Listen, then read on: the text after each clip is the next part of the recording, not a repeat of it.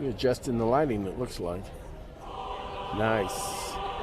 Let's see, Corden is Gus. Reagan. His name's Michael Pepperton. Mike Pepperton, P.E. Pepperton. I don't know how it's spelled, but that's how I'll sound it. Okay. All right, now he's from Jennings County. Keith Halbig is from Princeton. And then Chris Davis is Floyd Knobs.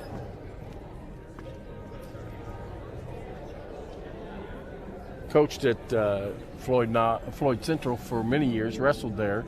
He's now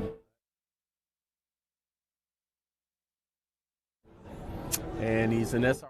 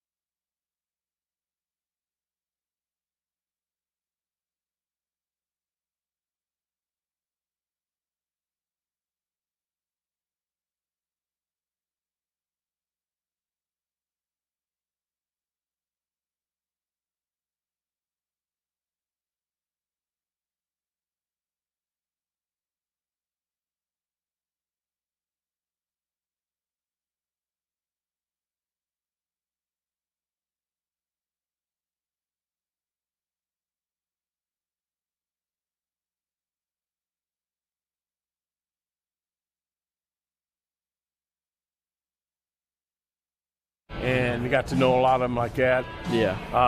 I was a Olympic-style referee for about 28 years. Mm-hmm. And I also helped start Team Jeff Wrestling Club. Two of my boys wrestled. Mm-hmm. I got to know the coaches that way through all those years. I ran the Classic for a number of years. And, of course, you get to know the coaches that way. Yeah. My headphones keep cutting in and out. Really? I'm going to switch. Okay.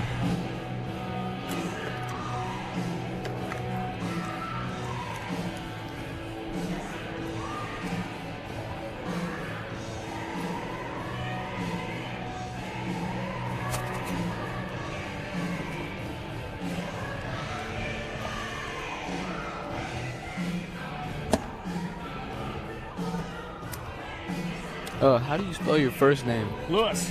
Lewis? Okay. Lewis. Okay, how am I? Sounds good. Okay, I think I'm going to turn mine up a little bit. Testing, 1, 2, 3. How come this isn't? There it is. My goodness. Testing. Hello. Whoops. Right about there. How you doing? 1, 2, 3. 1, 2, 3. We'll get started here soon here at Jeffersonville High School at the William S. Johnson Arena for the Jeffersonville Turkey Tussle. Ladies and gentlemen, before today's main event, so I did change my headset if you guys are listening upstairs. The other one was cutting in and out. There, I've got my messing with that there. That's good. 1, 2, 3. 1, 2, 3. All right. Here we go. We're going to get started here. Reports to the stand, junior varsity wrestlers from Corden and Jeff. Well, you spelled my name right. That's pretty awesome. Something hadn't happened very often, does it? What I don't know is what weight class we're starting at. Do you know? Did you ask? No. You guys up there know? Oh, black screen. That means we're going to be live here when it comes back on. See that? Yep. Okay. And we'll get started. Yes. Are you on YouTube? does the buzzers? Over there. Is it going to be buzzers or taps? Probably both. Oh, really? Oh, it'll blow you out on that scoreboard. Well, you can hear it when we got 3 mats.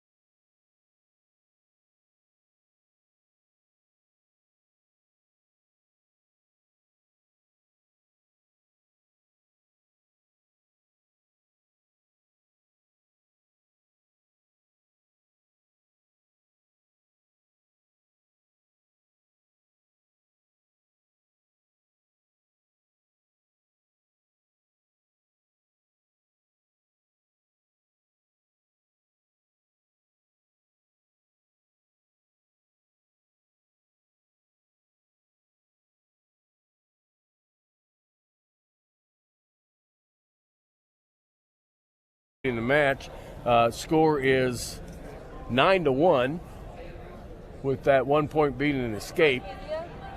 AJ just had what's her name? Kalia. Kalia on her back, and she's fighting very well. He's trying to work a half in. Kind of looks like he's trying to get maybe I don't know what. Okay, she gets up, gets an escape. He goes immediately back to a leg, double leg, and takes her back down. We're here at Jeffersonville High School at William S. Johnson Arena for Jeffersonville's Turkey Tussle. Today we'll have Corden, Columbus North, and Jeffersonville on 3 different mats. Hayden Prather is with me today. Hayden's a football player and part of the wrestling team. Varsity wrestlers from Jeffersonville and We are also accompanied by Louis Ross Bottoms. He's a veteran referee and announcer at Jeffersonville High School for us. Been around Jeff for a long time. Wrestled here back in the 70s. Woo, that's a long time ago. And had 2 sons that wrestled here. Have a daughter that worked on the wrestling team. And so we've spent a lot of time here at Jeff. Head coach for Jeffersonville is Danny Struck. I believe he said this is his 20th year. And Long time. that is a long time because I was here before he was coach. So he's done a lot of great things here at Jeffersonville with the team. He has produced several sectional champions as far as individuals and as the team over the years. He's a great coach and a great individual outside of wrestling. He cares about each and every one of his wrestlers. Does a good job with them. He believes in a complete package there, not just an athlete, but also as a person. He had a very interesting interview with the WJHI. It's online on Facebook too, so if you get an opportunity, go take a look and you can hear about him. Another takedown. We are in the third period. Score right now is 15-3.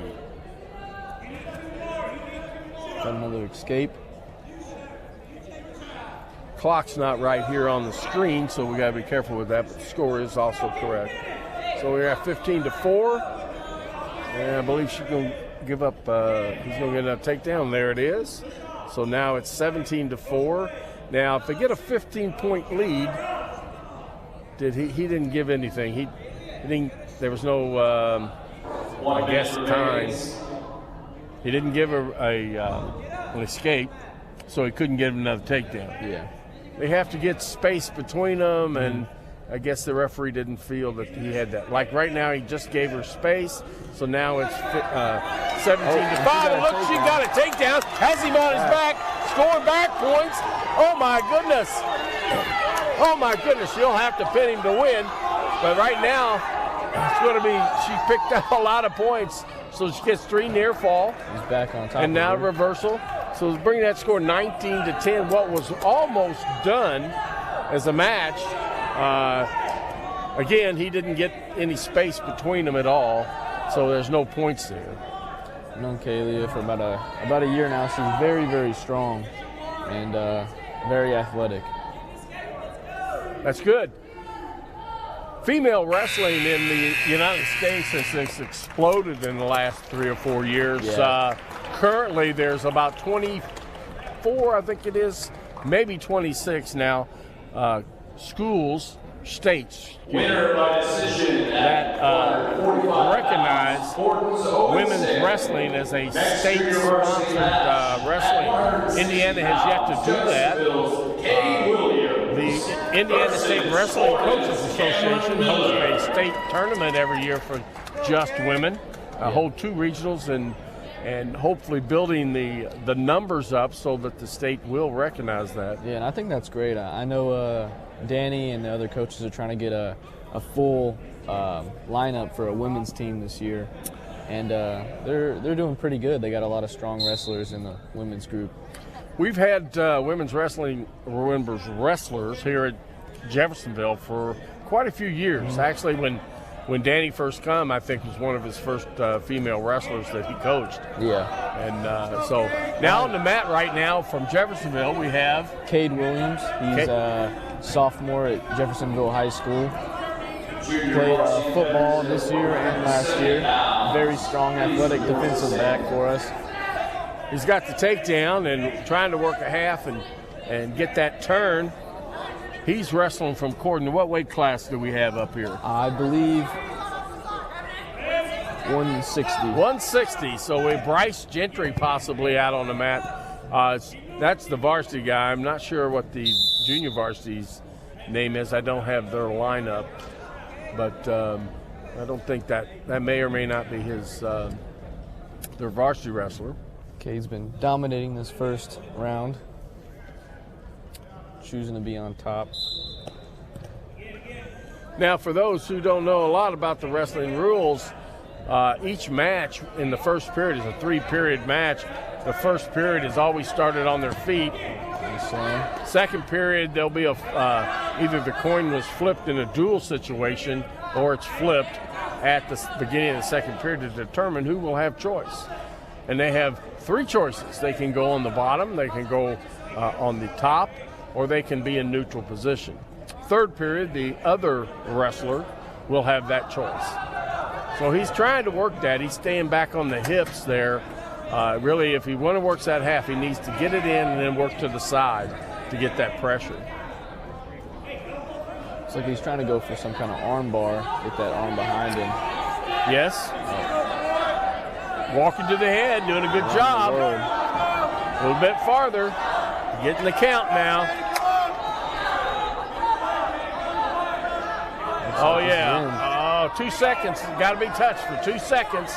And that's all the way back to the scapula, and there he goes for the fall. 2 seconds left in the first period. Winner by fall, Cade Williams. Take over his name when they finish like that and say wins by fall, whatever, in that situation. Go ahead. Next up, wins by last fall. junior varsity match before the main event. You ever listen to anybody that didn't have any inflection in their voice? They talk like this, and you are bored stiff. Versus Cordon's Dylan Gentry. We got Dylan Gentry. Little inflection there. That's Lamar Freeman. Lamar He's a Freeman.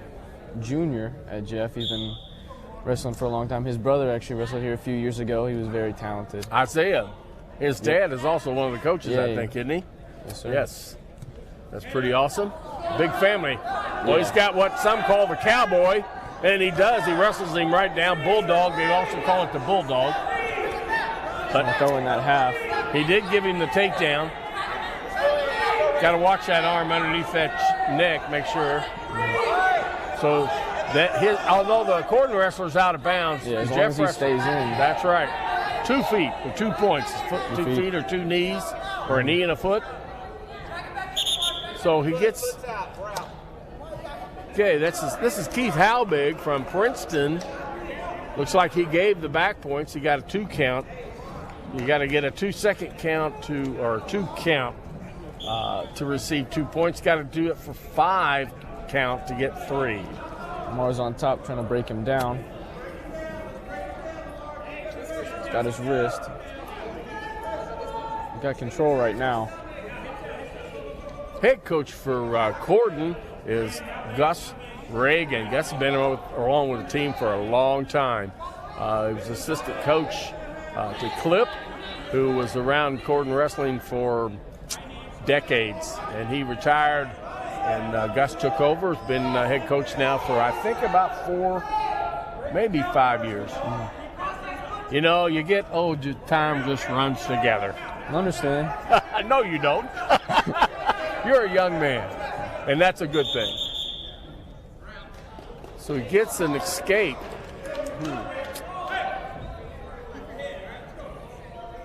So Starting neutral. Yep, 4-1. It's a little bit of hand fighting right now. Now, at that, when you say that, people don't have a clue what you're talking about. So they're doing a little hand fighting, and to do that, you're doing. Why are you hand fighting? What's a good position? What are you trying to accomplish when you're hand fighting? So that's you can just take it a little bit farther. So you got to understand that the people on the other end listen to this may not understand what you're talking Like about. you're explaining it to like a kid in elementary school or something like that? Grandma at the top of the Grandma? stairs. Oh, Okay. So you just gotta you want to do that, and that's you do it a few times, and then you don't have to do it every time. So the referee flipped the coin, and I believe Caden got the choice, and he chooses down for the second period. All right. He's looking underneath to see if he's got locked hands. I think no, he doesn't. He's got a hold of Caden's. Nope, he does have locked hands. Setting him up, and he's got a. So escape. he's going to get He's going to get the escape plus the locked hands penalty point.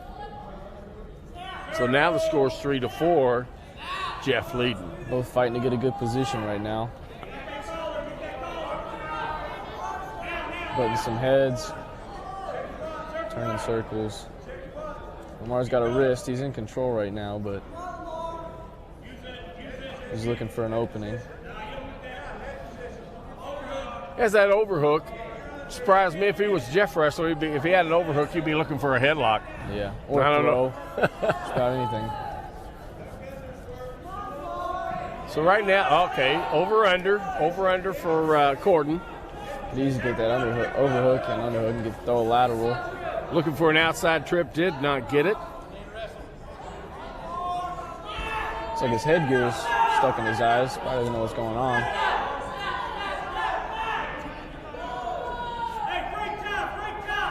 Still looking for a good opening. Not seeing one yet.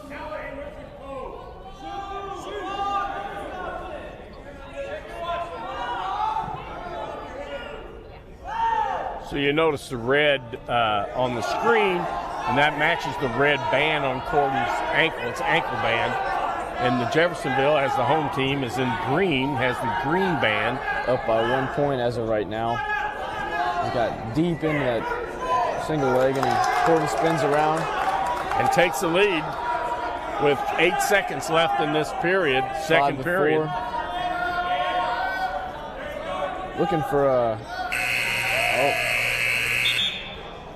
Just looking for a cradle there.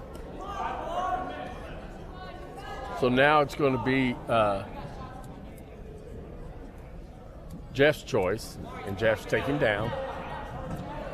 Now the why do we take what advantages are the positions? Well, from the down position, you have really several ways to score. You can reverse your opponent for 2 points, so you can get an escape, get away from them. That's 1 point. And man on top, well, to get any points, you've got to put him on his back. Yeah. Which is not necessarily an easy task. Like Caden lost his mouthpiece. He's breaking him down. Caden's looking for a crossface to a cradle. So wrestlers are required to wear mouthpieces if they have dental work on the inside. Not so much if they do not. But the higher level you get, as far as wrestlers, you'll find that required or not, they wear them. Yeah. I mean, I suggest it unless you want to walk around looking like a hillbilly, but... Okay, he has a bar, trying to step over. Got to control those hips. He's got that arm. He's got that arm locked. Now he gets around. Puts his weight down and get that shoulder, but doesn't look like he's in a great position right now. Yeah, it needs to arch a little bit. Doesn't need to do it much. If he arches a little bit, that's helping keep the Freeman's shoulders up by not arching. Got to put pressure there. Yeah. Oh, he's got his... Oh. So he gets the fall. And again, it's not just the shoulders. It goes all the way back to the scapula. So you have about half of the back there that is, if they're down in position, would be a fall. At 170 pounds, Dylan Gentry. Fall. Dylan Gentry. Concludes our junior varsity matches of the evening. Both teams' varsity lineups, please report to the mat for your face-off. Okay, we're going to go live here now. So watch up. It'll go black, then when it comes on. I'm going to do a welcome, okay? Then I'll introduce you. You introduce me. Okay. We can introduce the coaches. You can introduce Danny Struck. I'll introduce Gus. I'll do him first. So we'll do Caden, when we talk, we'll do Caden first, then Jeff second, okay? And then that way we get a rhythm going on. Now I think they're gonna do it looks like they're doing a face-off. He said we'll do the national anthem first. Ladies and gentlemen, please stand and remove your hats.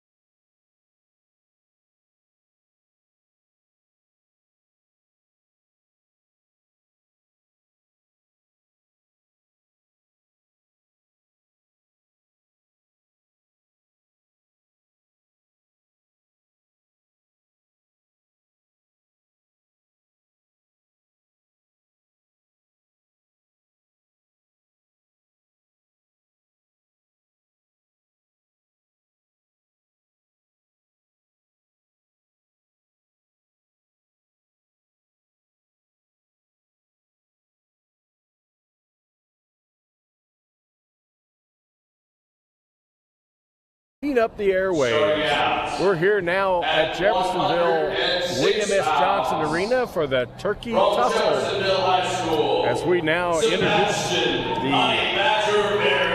teams, we got Jeffersonville and Corden for a duel. Next up, at 113 pounds, from Jeffersonville High School, Hayden the Prodigy Stellato versus Corden's Bryce.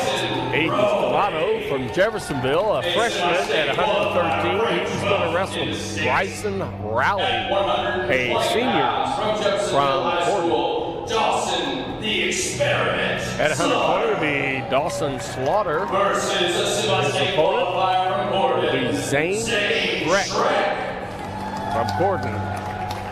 At 126 pounds from Jeffersonville High School. At 126, Colin Kane, a junior semi-state qualifier.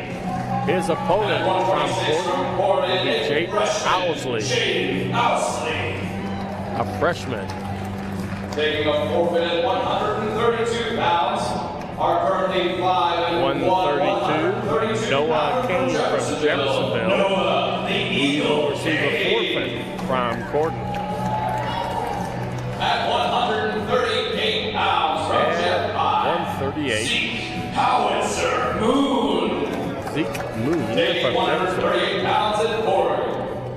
Darius Magnin. Darius Megan.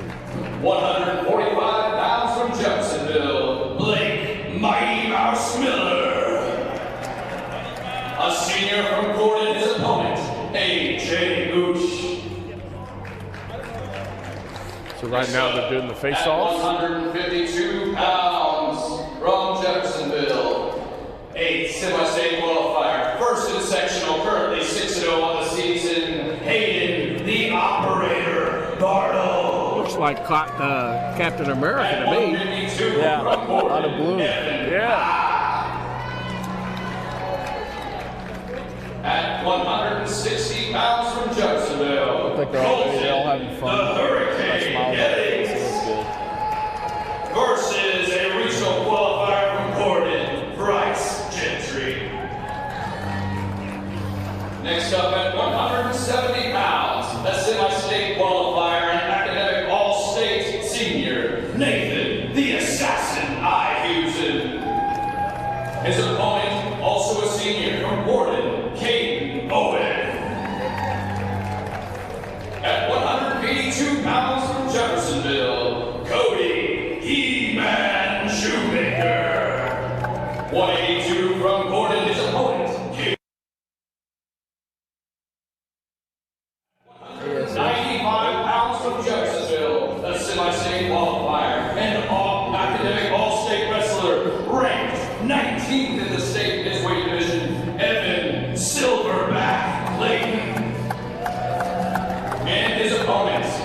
Jonathan Henke.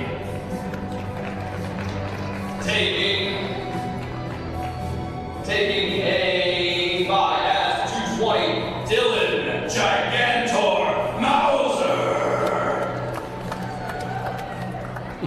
And last but not least, at heavyweight for Jeffersonville High School, Colin Kung Fu Panda Corbin. His opponent, a semi-state qualifier senior from Gordon, Seth Johnson. Well, as we've heard, we have several 6 pounds. individuals. Ladies and gentlemen, time to tussle. I believe, what did he say, we're going to start at 106? That works out well, doesn't it? Yeah. Start at the beginning. They had an option to draw after weigh-ins, actually before weigh-ins, on where we started weight class. So we're going to start at 106. It'll be Sebastian Berry from Corden. His opponent is a forfeit, so he'll receive a forfeit. So our actual first match will be Bryson Rowley, a senior from Corden. He is a sectional champion, semi-state qualifier, ranked 12th in the state currently. His opponent at 113. Next up at 113 pounds. He's a veteran wrestler. I've known him for a long time. Actually had his mom for a Spanish teacher. She's a very great lady. I did not learn one thing in that class. Well, now that wasn't very nice. Surely you learned hola. I learned a few things. Hola, señor. Mostly the ¿Cómo bad está? words. Well, I have to admit, my children took Spanish, and none of them can speak Spanish. Yeah. But that's okay. That's the way it is. She was really nice, though. And so head coach right now for Corden is Gus Reagan. Gus has been around for a very long time, was assistant coach under Clip, who was a head coach at Corden for many years, several decades actually. Coach for Jeffersonville is Danny Struck. He's a 20-year veteran coach for Jeffersonville Wrestling. Great guy, cares about every wrestler on the team, does as much as he can for everyone here. He spends most weekends visiting other colleges to see how their wrestling teams work, how their weight programs work, just to make sure that we can get the best for us. And he's a really an amazing coach, an amazing guy. And we all really appreciate him. Don't know too many people that could say any bad words about him. Bryce has got a takedown. Now he has some back points. Yeah, there it is. Chris Davis is our official on the mat. Chris is a local referee. He's from up around Floyd Central, coached up there for many years, wrestled for Floyd Central. Now he's a SRO at Lanesville High School. Now he stopped that because the motion against that joint was going in the wrong way, so potentially dangerous moves, and he stops that and brings him back in the starting position. Don't want anyone getting hurt. Correct. So Bryson tells the referee we're going to go neutral, gives up got a heel trip point on him. Yeah. So now it's up 7-1 is our score. Hayden's got a leg in. Bryson's got Trying to drive him through, but Corden's on top. Bryson has 4 years on Aiden, and some, ranked 12th in the state. Rankings are just it's a good pat on the back. Yeah. But then we're going to spend the rest of the year trying to work that out. The real ranking happens at sectional time. So he stops for some reason, wants to let him up, I guess. Oh, time was up. I guess I didn't hear that buzzer. I guess the buzzer didn't go off. It's Green's choice. Excuse me. Corden's down. So Jeff deferred to his choice. No. Got to line up Brett. He just gets a caution. You get 2 cautions, and then the third caution is a point. He didn't line up right. Trying to get a quick escape on Aiden, and he's got it. Yeah, reversal actually. He's looking for a cradle. Couldn't get it. He's trying to break him down now with that arm. Well, the body type's a little different. You got Hayden, who's kind of he's small, but he's not as tall. Yeah, you got shorter, kind of stockier. Yeah. Well, I don't know if this weight stocky could be the word, that's but a good word. But Bryson is tall and lanky, has that leverage and has that length and reach. And, he's got 4 more years of experience in high school wrestling. I'm not sure what he did prior to that. Bryson's got a leg in on Hayden. Still trying to break him down. He's putting his head into that back shoulder, trying to get that arm back. Yeah. Got a score at 11-3, as you see. We got a minute left here in this second period of the first match. As you see the scoreboard in the background in the pictures, that'll be for the other mat when we get started later on. When Columbus North gets here, they are here, and they're warming up.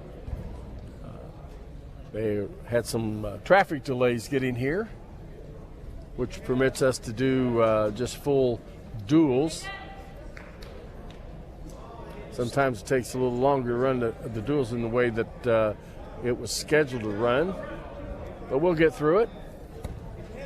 Still trying to, and it looks Bryson's almost got Hayden on his back. Oh, he's got the back points, Yep. and there's the fall. 11-2, fall, Bryson. Corden. Bryson Rowley, senior from Corden, is your winner by fall. Next up, at 120 pounds, Jeffersonville's Dawson, the Experiment Slaughter, versus Zane Shrek. So, at 120 pounds, we have from Corden, Zane Shrek. He's a junior and a semi-state qualifier. And for the Jeffersonville 120, we have Dawson Slaughter. He is a junior at Jeff. He's played football all 3 years and wrestled for majority. Very talented in both sports and very, very smart. So Corden dominated. He got that takedown right away, and then he let him up, and he's going here now. Lift, gets behind him. Oh, headlock. But he countered that, rolled him right through. He's Dawson on his stomach. He's great getting counter. up now. Got an escape. Back up to neutral. So again, we have another semi-state qualifier for Corden. Got that heel trip. I have Dawson listed as a sophomore. You said he's a junior? Yeah.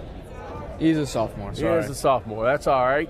Yeah, the older I get, the years. Oh, hush. Gets that half Nelson. He's got a wrist half, an arm bar. Now he's going back over, getting the back count. You see the arm swinging from the referee. Dawson trying to bridge, not let him get that shoulder blade down. So Chris Davis, our referee there, has posted 3 points on the hand, waiting for Dawson to, there it is, come up to a defensible position, and he awards the 3 back points to Zane.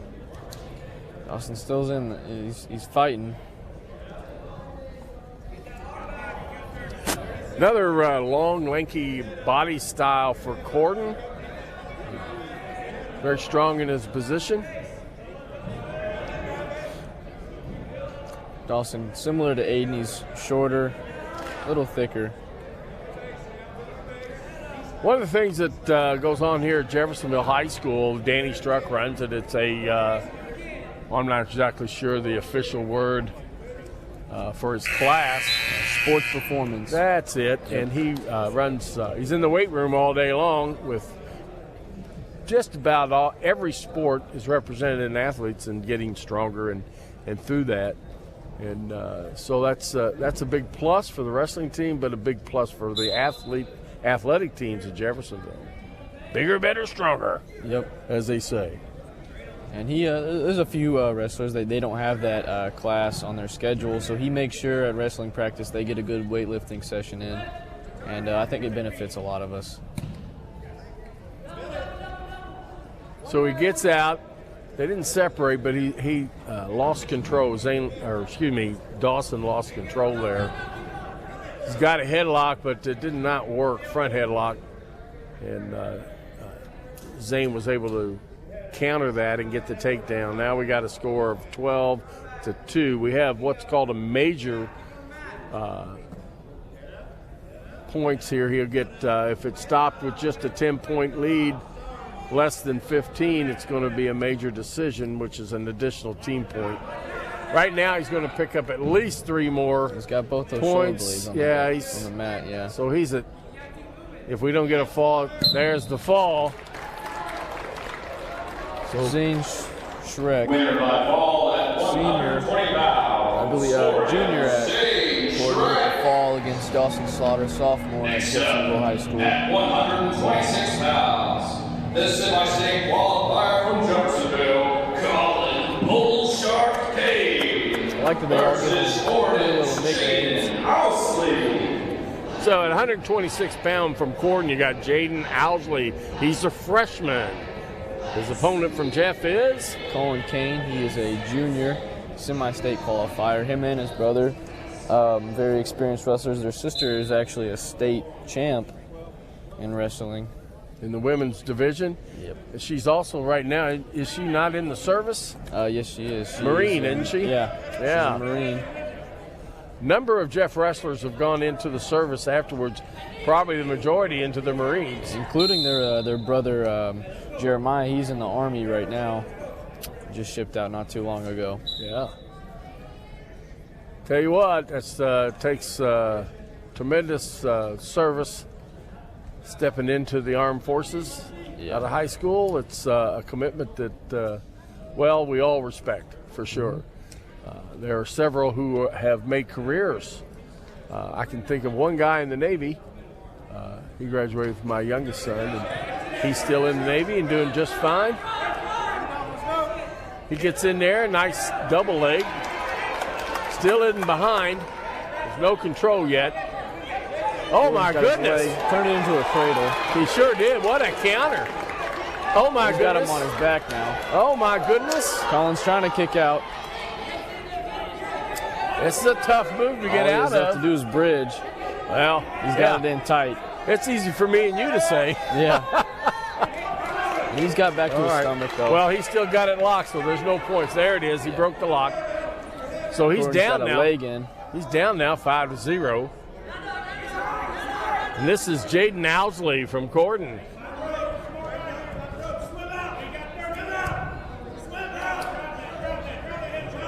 Collins very good. I think he could be able to turn this match around and get a few more points in before this round's over. Well, Jaden Owsley's doing a good job of running those legs in there. And as long as he has them in there, it's going to be difficult for him to get out and get around. He's got Collins stretched out right now. Yep. Goes back up. He's got a half in. Trying to run it through. He's got that Or wrist. is it a bar? Oh, yeah. He looks like he's trying to go for a bar. Yeah.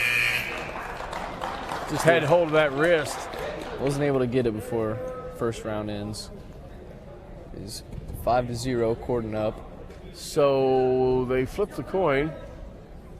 And Was it Jeff's choice or Cordon's? no, it was Jaden Owsley's choice from Gordon. He deferred. Jeff chooses bottom. Yep. Trying to get that leg in again. Collins not able to get out of it.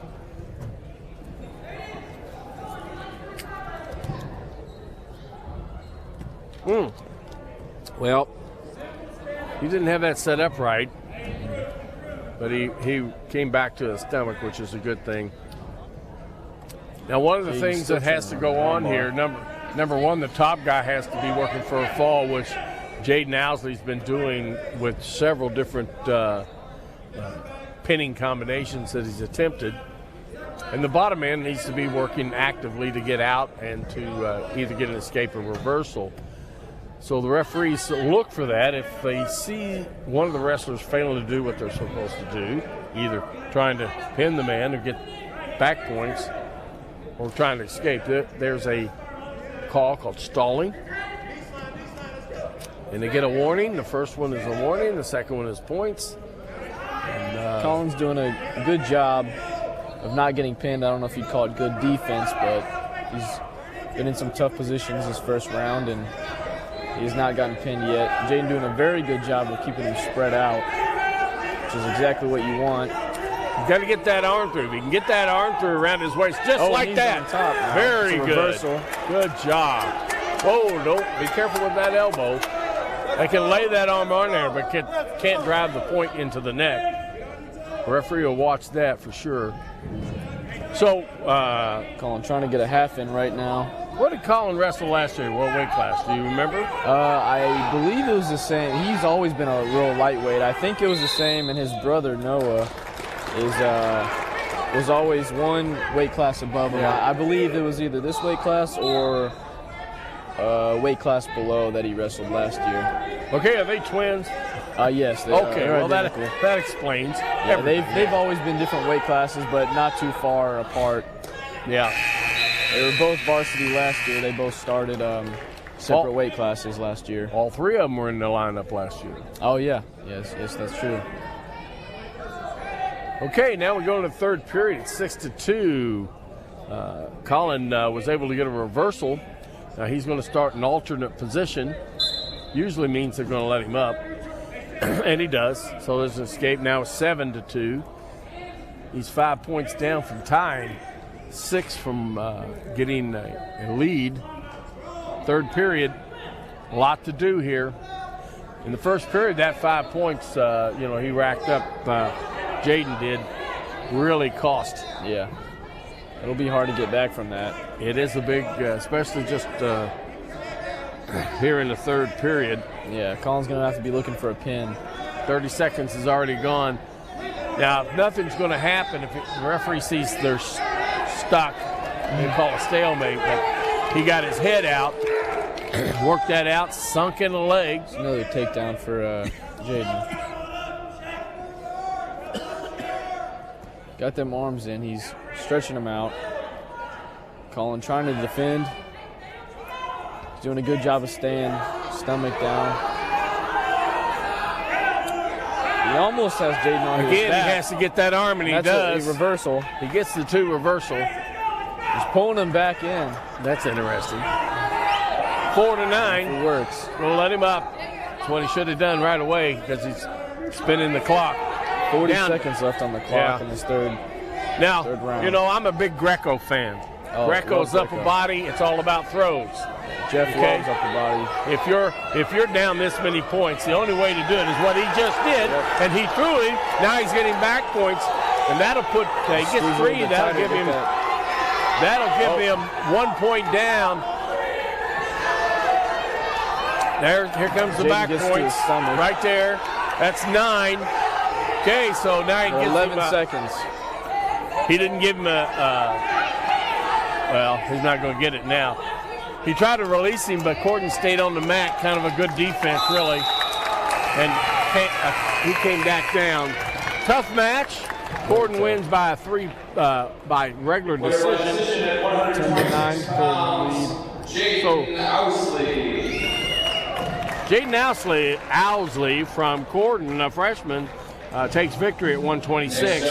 Team points right now for Jeff versus Corden is Corden 15, Jeffersonville 6. That was a really interesting match. I really loved how Colin was able to turn that around the third quarter. Almost make it a tie. Could have went into overtime, but just couldn't get that. So right now at 132, Noah Kane takes a forfeit. And we move up to 138. Darius Megan from Corden, a sophomore, at 138. His opponent from Jeff,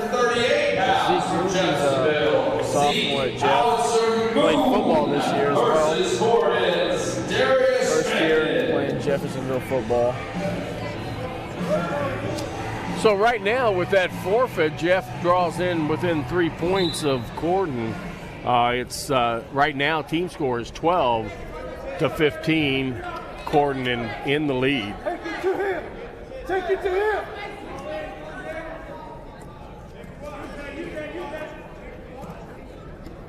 So Noah Kane, I've got down. He's got a currently he's 5-1.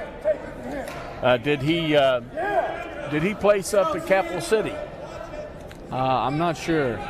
I know they with the capital city, and they also had a duel with Franklin. Oh! Yep. What happened here? What was that? Oh yeah, he had an illegal headlock, and an illegal headlock is quite an effective move. Yeah. I would say it works just about every time. The referee is very cautious. He has to have that arm locked above the elbow to be able. Now, he may have the arm locked, but if it's below the elbow, that's considered illegal. Take it to him, son. Too much possibility of neck injury, and that's why that has, as far as I know, as I've been around wrestling, it's been illegal. Zeke's been wrestling for a little while. I think he just made a mistake. Oh, it happens. Probably slipped up there. Yeah. And all that adrenaline. It happens. It happens. Get excited. Looks like Corden's trying to go for a butcher. He's got that elbow, but he can't just throw him. Oh, and he's got him on his back in a headlock right now. All right, gets that takedown. He's got a 2 count. 1, 2, yep, 3. Okay, there's 3 points. He's got him tight.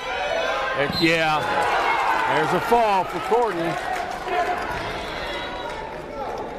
Darius Megan. 38 pounds, Darius Megan. He's a sophomore, 138. That's another win. That'll be 21-12.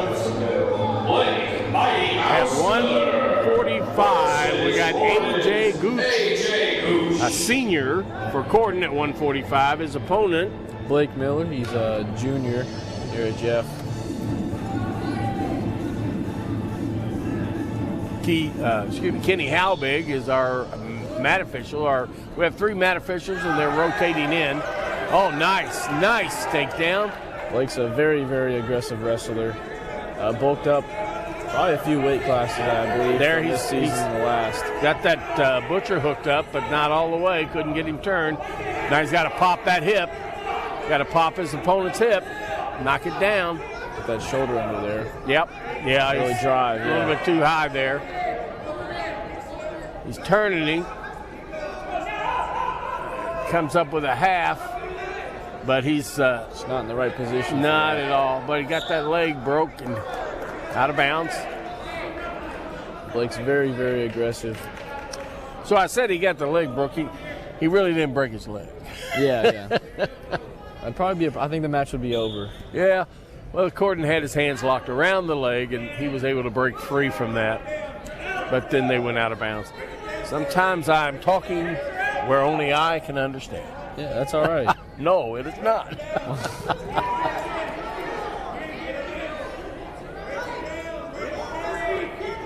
So where are we at here? We got Blake Miller from Jeffersonville going and for AJ. A similar move. And he gets him turned over, but right back to the same position he was before. He's got that half. He's a little bit high, but now he's in good position. He's got a half end. It's not very tight, pretty loose enough. Corden's able to move around a lot. Got to get off his knees. Got it, and needs to get that his hips hips tighter. Got to get that hip pressure down on him. Unfortunately, his weight was out away from the body. Yeah, he's kind of flopping around like a fish right now. But he does get 3 near fall. Brings that score to 5. He's doing a good job of keeping him broken down, though. Oh, there's the time. No? I don't know what that was about. 145 pounds, Blake Mighty Mouse Miller. Blake Miller had the fall. Next up, first round. From Jeffersonville at 152 pounds, semi-state qualifier, Hayden, the operator, Bartle. For Corden, we got at 152, we have Evan Haig. He's a freshman. His opponent from Jeff is Hayden Bartle. He's a junior in a semi-state qualifier, sectional champ last year, and he's currently 6-0. His dad on the sideline over there, he is an assistant coach for the Jeff wrestling team. He's got that cradle locked up already. Hasn't scored the takedown yet. Has to get around. There, that should be it. There's near fall coming. Already has him on his back. That's going to be a fall. Yep. There it is. For Hayden Bartle. All right, Jeff takes the lead now. Team points is 24-21 with that ball by Hayden Bartle, not Bradle. Yeah, Bartle. Okay, we move off to 160. It'll be Bryce Gentry, junior, regional qualifier from Corden. His opponent from Jeff. It's Colton Giddings. He's a senior. Started last year and this year. Started varsity. Yeah. I tell you, that's not, in some teams, they're not very deep. At the Jeffersonville, in most of the weight classes, I believe they're 3 deep. Yeah, not all, but most. Yeah, there's enough to have leftovers for JV. And Colton's very strong. He started 152 last year. I want to point out over to across the way, you can see them in the background there behind the Jeff team, 4 of our Marines. And I am honored that they're here. And it's breathtaking for me. A lot of good friends are Marines, and both active and retired. One of them, I believe, Sergeant Bogle, he's a Marine recruiter. He comes to Sports Performance a lot, gives us a lot of great workouts, gives us a lot of information on the Marines, and just tries to help us out. Very nice guy. And it's a good way to recruit good, tough men and women for our armed forces. Yeah, wrestling is one of those sports where it's almost like just a field full of good recruits. The training they go through to get ready for matches and to make weight, it's almost like just breaking the surface of some of the Marine. Got to watch that arm. It's getting a little elevated. Well, you're looking at the heart and the willingness to sacrifice and work. And that wrestling, actually all the sports have that level, but wrestling certainly has that one-on-one combativeness that the Marines are looking for. Oh, yeah. The Marines sponsor USA Wrestling's national junior and, it used to be called cadet nationals that happen every year, and they've started sponsoring that about 4 years ago. And the general that was in charge of recruiting for the nation for the Marines was there, and his comment was that the Marines and wrestling teams are looking for the same type of person. Yeah, they kind of go hand in hand. Absolutely. Okay, we got off on that. I'm sorry, but back to the match. We're in the second period now. Colton Giddings from Jeffersonville up by 2. Minute 40 left in the second round. So Colton is a senior, and he's wrestling Bryce Gentry, a regional qualifier from Corden. He's a sophomore, a junior. He is a junior. He has that hooked, the bulldog, the cowboy, whatever you want to call it. He's got it in. He's got it in, but he's got to get it turned. You got to watch that placement on the neck. Corden doing a good job of moving his body. Yep. Kind of going with it so he's not able to throw him. So he got out, he had 1 foot in, but he has to have 2 points in, and he only had 1, so they called him out of bounds. Received the takedowns, 4-0. Colton's able to keep him on the ground. So we got a whole minute left in this second period. That bell is for the other mat. Oh, and Corden went for a Granby. Wasn't able to get away. Can't wrestle with your head down. Yeah. I don't think you can see either way. His headgear is pretty much stuck in his eyes. Has more to do with position than it does seeing, actually, to be honest with you. Another Granby is able to... And a very nice one. Escape. Very nice Granby. Rolled right out of that. Score 4-1 now. Yeah, I admire those guys that use all them gymnastic warm-ups in their matches. And it can help a lot. Well, flexibility and being able to control your body, control your hips, and then control your opponent's hips. That's where it's at. I heard, I was watching not WWE, it's MMA. Yeah. And the guy was talking. Wrestlers exceed in MMA because they know how to control the hips. Yeah. And this guy said, it's all about controlling the hips. And I'm smiling. I said, yeah.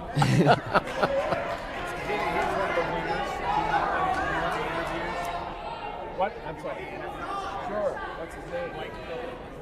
Colton Giddings from Jeffersonville on bottom. Colton able to break him down.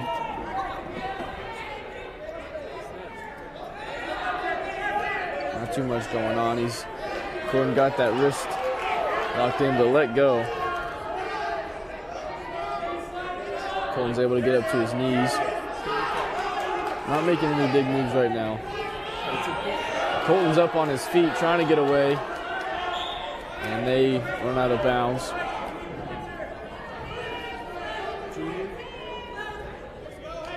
Colton starts on bottom.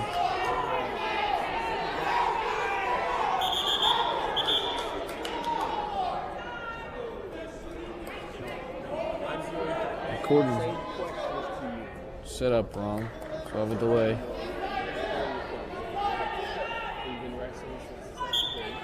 Colton very confident, he just winked at me.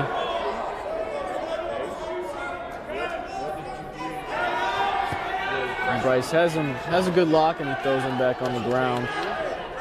He's able to keep him down. He's doing a good job keeping him spread out, staying on his feet.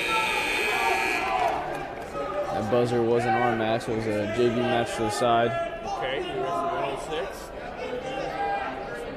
Colton not doing too much from the bottom, but trying to keep his defense.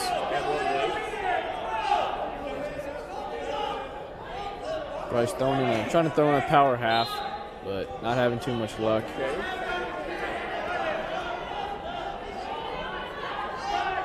Okay. How have you done this year? What's your record this year? Colton trying to get that. Oh, and he rolls Colton to his back, and he is on his back as of right now. Not a good position. He's not going to be able to pin him from that. Bryce. Now he's going to go. He's on top of Colton. Got his arm stuck in tight. So this is the first match you did. Okay. He has a half, and it's tight. I don't know if Colton bridges out of it. And he's back on his back. That's a pin. Bryce Gentry pins Colton Giddings. Second round. Bryce Gentry. It was a good match. Next up, at 170 Colton pounds. wasn't able to get many points in. Bryce had him on his back for most of it. Versus Gordon's Caden Owen. Next up, we have Caden Owen. He's a senior at Gordon. And for Jeff, we have Nathan Ihuysen. He's a senior. He's a semi-state qualifier and academic all-state. He wrestled all 4 years of high school and was a punter freshman year of high school for our football team. Very talented wrestler, very flexible. And he is thrown. He's almost on his back, but he needs to get out of it. There we go. He's having a hard time. Having a hard time getting that arm out. He's on top.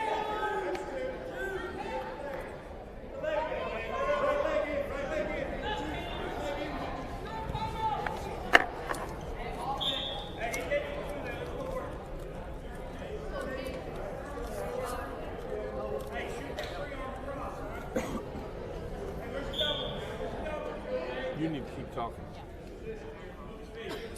Starting neutral. Hand fight now. We're trying to get good position. Went for a shot. Wasn't able to get it. They're back in hand fighting. Nathan's gotten over and under right now. Caden kind of dominating this neutral position right now.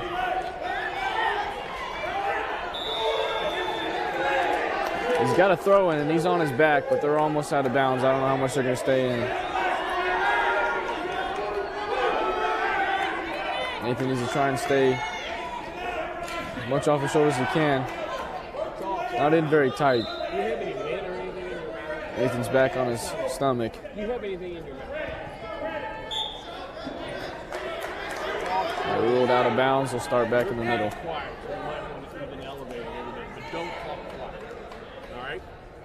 Stand up a minute. See these lights here? The ref and Corden coach having a discussion on the side. Not sure what's going You want this to on. stay in the green. It can go up into the yellow, but you don't want it to stay in the yellow. So you're going to stand here. So Nathan Ihusen on bottom. right Caden here, Owen this about one to here. take top. Yep. Having a discussion on points. This is off. It's currently 5-2. Corden up. 30 seconds left in the first round. First, then I'll turn yours on. Caden gets on top, getting ready. He's able to break Nathan down immediately. So listen, Corden was real excited this last match with their fall. They've moved ahead of Jeff 15 points. It's 27-24. This is Louis Rossbottom. We're going to talk to one of our wrestlers from Jeffersonville, Blake Miller. Yeah.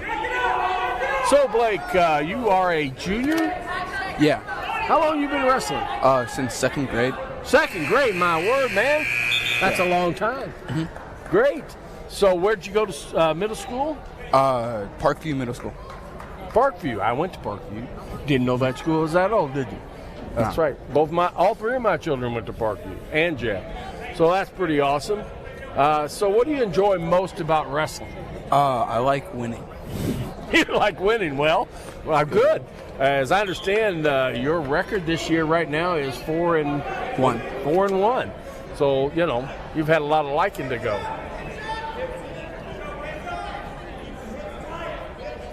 Nathan Ihusen on top. You jump in when, as we're talking, when something's going on out there, okay? So I'm back talking to Blake Miller, a junior for Jeffersonville. This is his first year in varsity, is that correct? Yes. Yes, wrestled sophomore and freshman year. Freshman year was what, on the freshman team, and then sophomore you were a junior varsity? Yeah. Nathan trying to get that heel in. That's awesome. What weight class do you wrestle as a freshman? 106. 106, and you're wrestling what now? 145. Kind of grew up, didn't you? Yeah. Yeah, that's awesome. It's good. It's a good thing, right? How tall are you? You look a little taller than I am. 5'8". Yeah, by about at least 2 inches, maybe 3. Well, that's pretty awesome. So that means you got a lot. You're going to do some more growing. That's excellent, excellent. So tell me, what do you do other than wrestling? Caden Owen was almost escaping. I do powerlifting. Powerlifting, awesome. Now, are you in Coach Struck's weightlifting? What is that called? Yeah. Sports performance. Sports performance. How many other sports are in there? All of them. Like Nathan able to get a soccer, heel trip in. Baseball. Soccer, baseball, football, swimming. Yeah. Well, that's pretty awesome. I think Coach Struck had an interview here earlier with WJHI, and he was talking about that. He had about 106 kids. Nathan now has Caden on his back. He's going for a half. A little high. Okay. Whoa, a That's a fall. pin. Oh, my gosh. That's 7-5 awesome. Corden up. Nathan Ihusen pins him. Second round. First round, actually. Next I up, tell you what, this has gone into a from Jeffersonville, battle. Cody He-Man Shoemaker. Caden Owens, he was At 182 big guy. He looked pretty well built. So, again, this is 182. Caleb Kelly, he's a junior from Corden. His opponent will Cody be Shoemaker. He's a sophomore. Call him He-Man because he just unlimited amount of strength in that kid. He deadlifts about 500 pounds. Just about shorter than everybody on the team. So, Blake, tell me about your schoolwork. I have a 3.6 GPA. 3.6 on a 4-point scale. Cody's got a half in. He's trying to drive it through. And he's got him on his back. So right now, this semester, we're going to have a fall here. Look out. There it is. Cody Shoemaker with a pin. Cody Smash at 182 pounds. Minute 30 left on the clock. Winner by fall, Cody Pretty quick, He-Man pretty quick. Shoemaker. Let's see here. Now we go to 195. We're going to have Jonathan Hinkle from Gordon. He is a junior. His opponent will be A senior, semi-state qualifier, ranked 19th in the state, Evan, I think Silverback, semi-state qualifier. sectional champ. his opponent at 195. He's started every year. He's wrestled and football. He's a multi-sport athlete. He's ranked number 19 in the state. Academic All-State. I've known him for a really long time.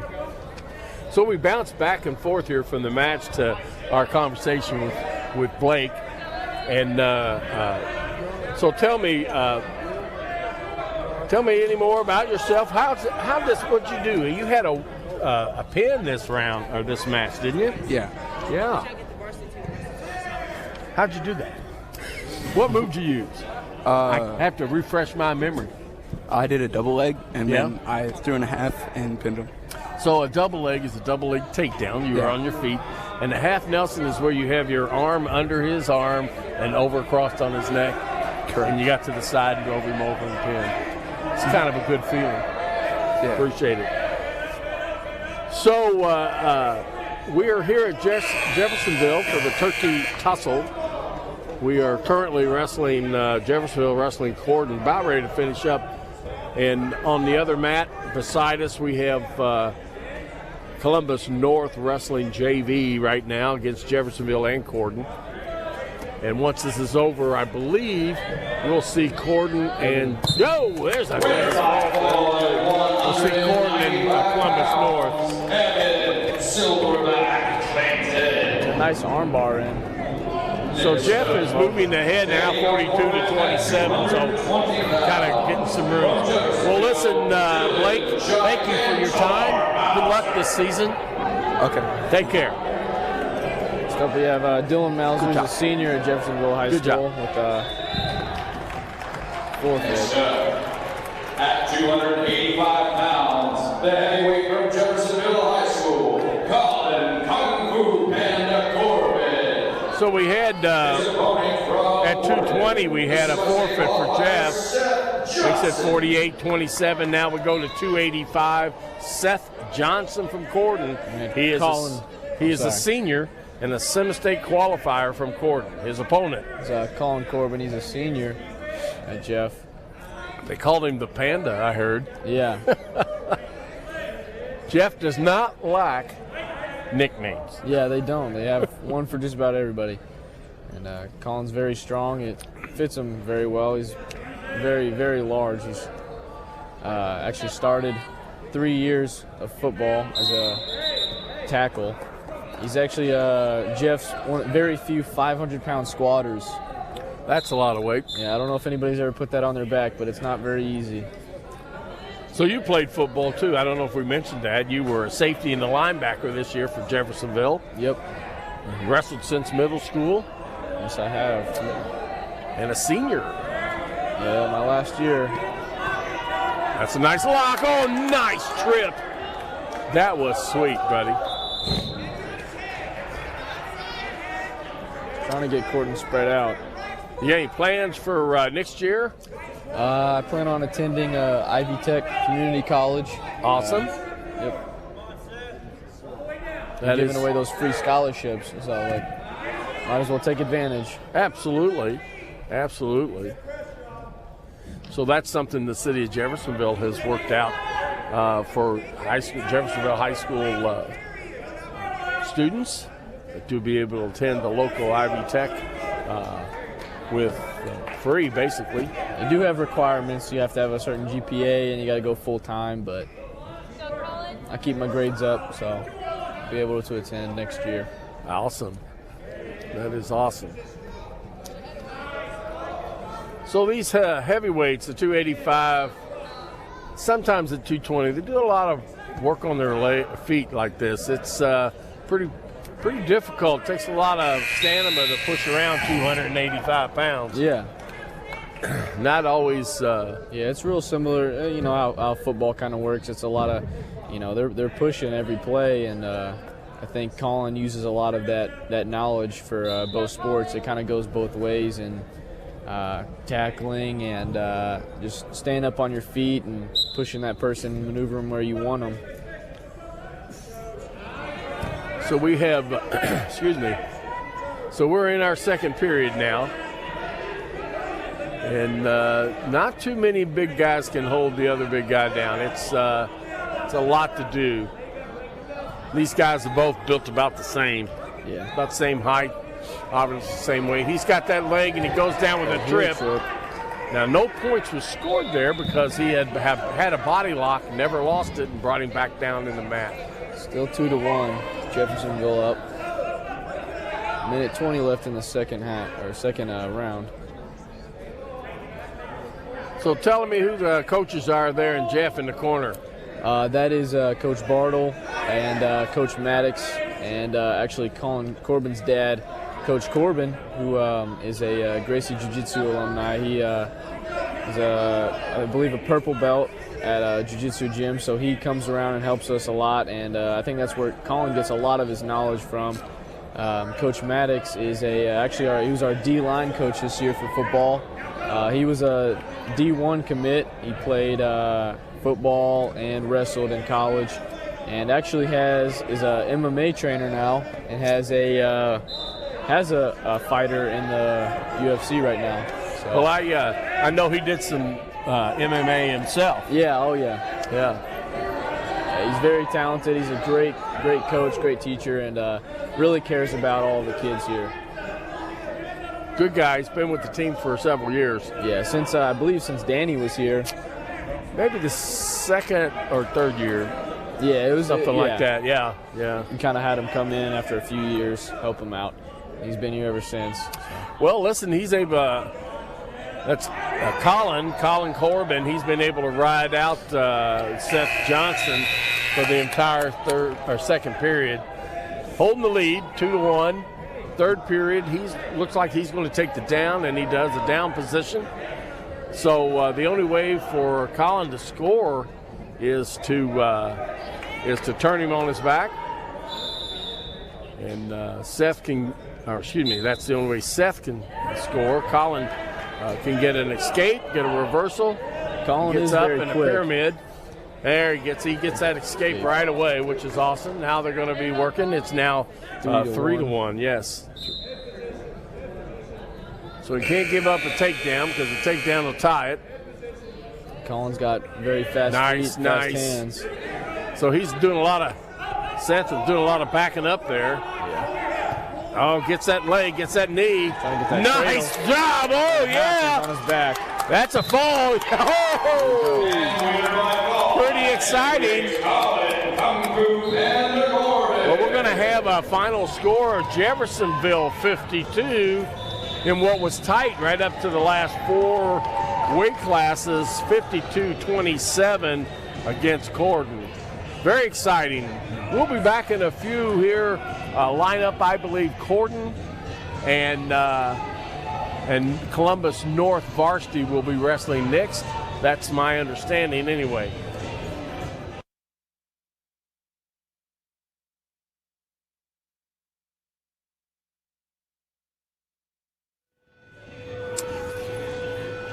So, again, we want to take a look at the lineup we had for Jeffersonville. We had They had 9 6-point victories. 2 of them were forfeits, and the rest were falls. Corden they had 4 falls and 1 by decision. They brought 3 Semi-State qualifiers. Had one ranked kid, Bryson Rowley, who did get a fall. He's ranked 12th in the state. Jeffersonville came up with 4 Semi-State qualifiers. One no ranked. Oh, excuse me, I take that back. Evan Clayton ranked 19 for the year. We'll be right back. We've got an interview that we're going to have with one of our Marines.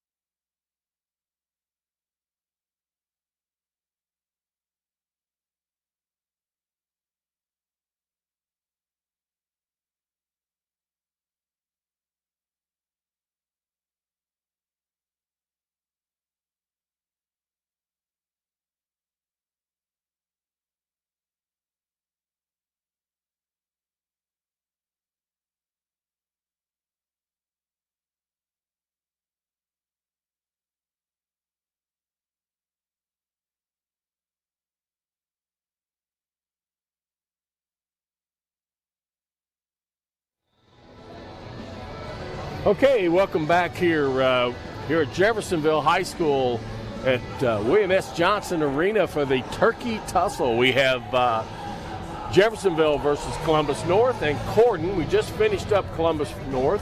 Right now I have with me, first of all, we mentioned this a little earlier, we got I don't know if that's a platoon, but they're all sergeants, so they got to be tough, right? Marines here, and I have sitting with me Staff Sergeant Bogle, Marines. He's been overseas in Japan, doing a lot in some of the islands, doing humanitarian efforts. Now he's a recruiter for the United States Marines. Welcome. Hey, thank you very much, sir. It's a pleasure to be out here supporting Jeffersonville. I've been working out here for about 3 years now, and it's always great to come out and watch the boys wrestle. You've been very successful, at least the Marines have been very successful in recruiting here at Jeff. I mentioned also that I was out at Nationals, USA Wrestling Nationals. Of course, the Marines have a pretty good Greco team. Yes, sir. And but they were out there and they started sponsoring, and got to meet the guy with stars on his shoulders and talk to a few guys. And they are very interested in wrestlers because of their ability to commit and what's the word I'm looking for? Stick-to-itness. You know, to get through the rough times. And sometimes it's a pretty tough, brutal sport. Yeah, absolutely. So as a recruiter, it was one of the things I gravitated towards, was trying to work with the wrestlers. Coach Struck is a great guy as well, and I worked with him a good bit while I was here. I personally wrestled for about 10 years in Pennsylvania growing up. So whenever I went to Marine Corps boot camp for the first time, I didn't honestly feel like I was in too much of a culture shock from wrestling for all those years out there. But yeah, wrestling is great, and it's an amazing sport to lead into the military. So I think it's a very natural thing for recruiters to gravitate towards wanting wrestlers to be a part of one of the greatest organizations in the world for the military. Well, we've had I know personally about 3 different young men that went into the Marines, and the first thing they did, they came out I think 2 of the 3 were first in when they go through boot camp, like the honor graduates for the platoon and things like that. Especially the physical part, the fighting part, they ended up first and the other one was second. I mean, and just like you described it, they just stepped into it and it was like, oh, this is like wrestling practice. Yeah. It's a very natural changeover for them. Being able to go through all those physical workouts, the actual the wrestling match itself, when it's just you and you're out there and you got to actually make things happen. Having that mental toughness is something that translates extremely well towards going to Marine Corps boot camp or any military organization in general, I believe. Absolutely, absolutely.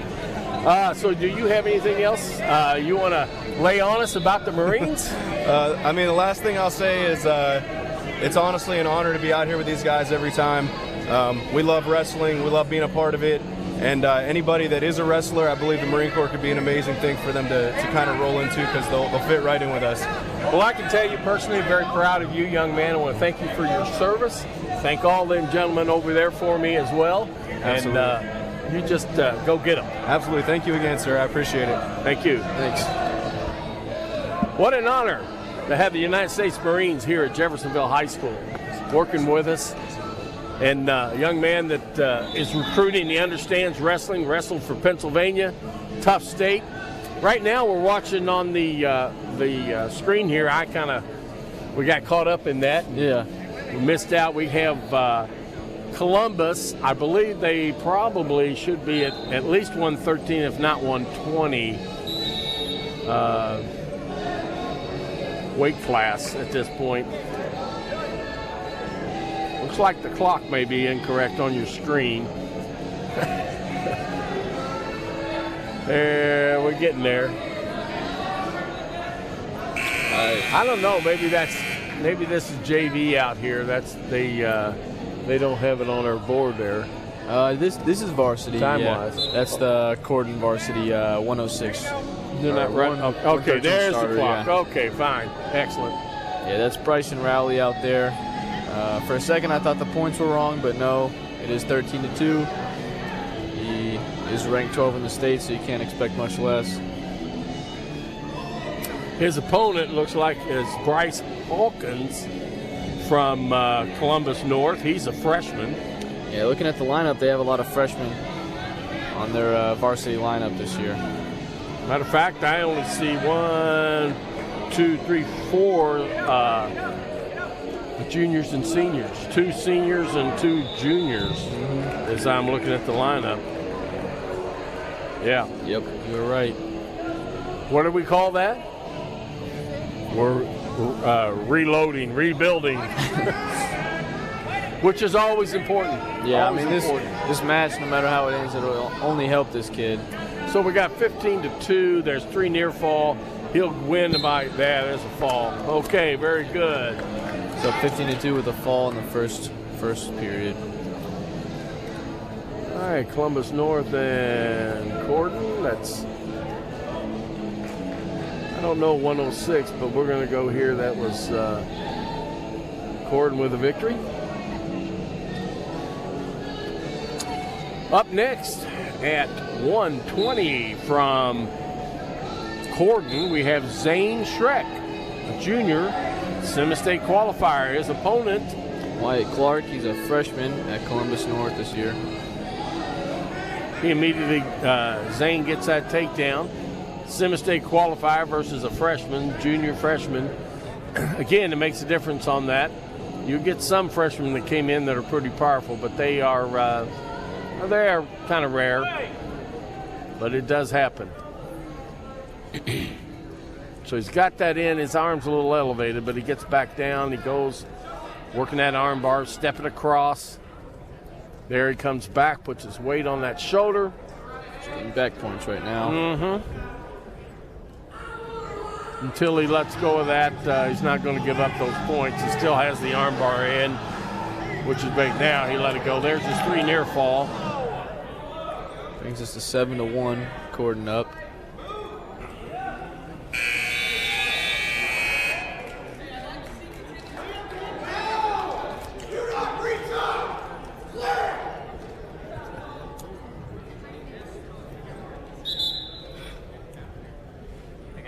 So Jeff is right now their junior varsity or varsity B or whatever the terminology is over on Matt. It's like Columbus North's having a medical issue of a nosebleed. Nosebleed, yeah.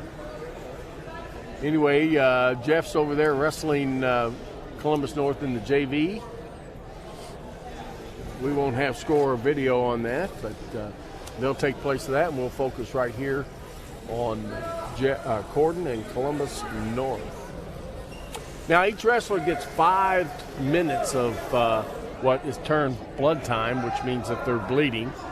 And that 5 minutes is only counted if they are actively bleeding.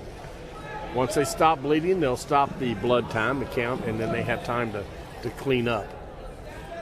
And coaches always tell us not to tell anyone we're bleeding. It gives the opponent the upper hand. You don't want to let them rest.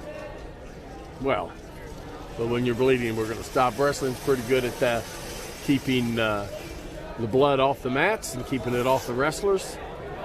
Okay, they're rolling up mats over on our right. Looks like they're rolling up jelly donuts to me.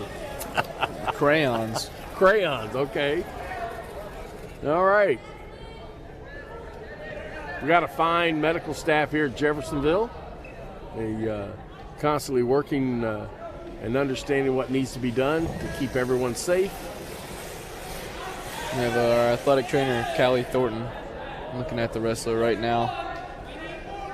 We've had her for about 3 years now. She's very good at her job. Yes, very excellent.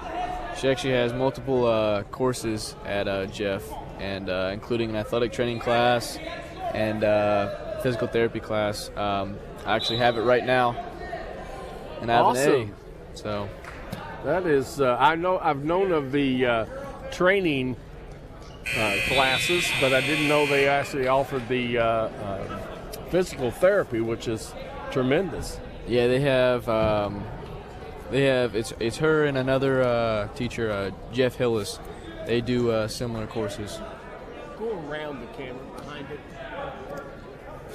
So we, I've been involved in some physical therapy, but I was not the therapist. I was the therapy. Yeah. Probably not a right word, but there you go. Gordon leads 9-2. That's Zane Schreck. And it looks like we're going back to a little more blood time for Columbus North. I believe that's Wyatt Clark at 120, yeah. No, yeah, that's correct, 120.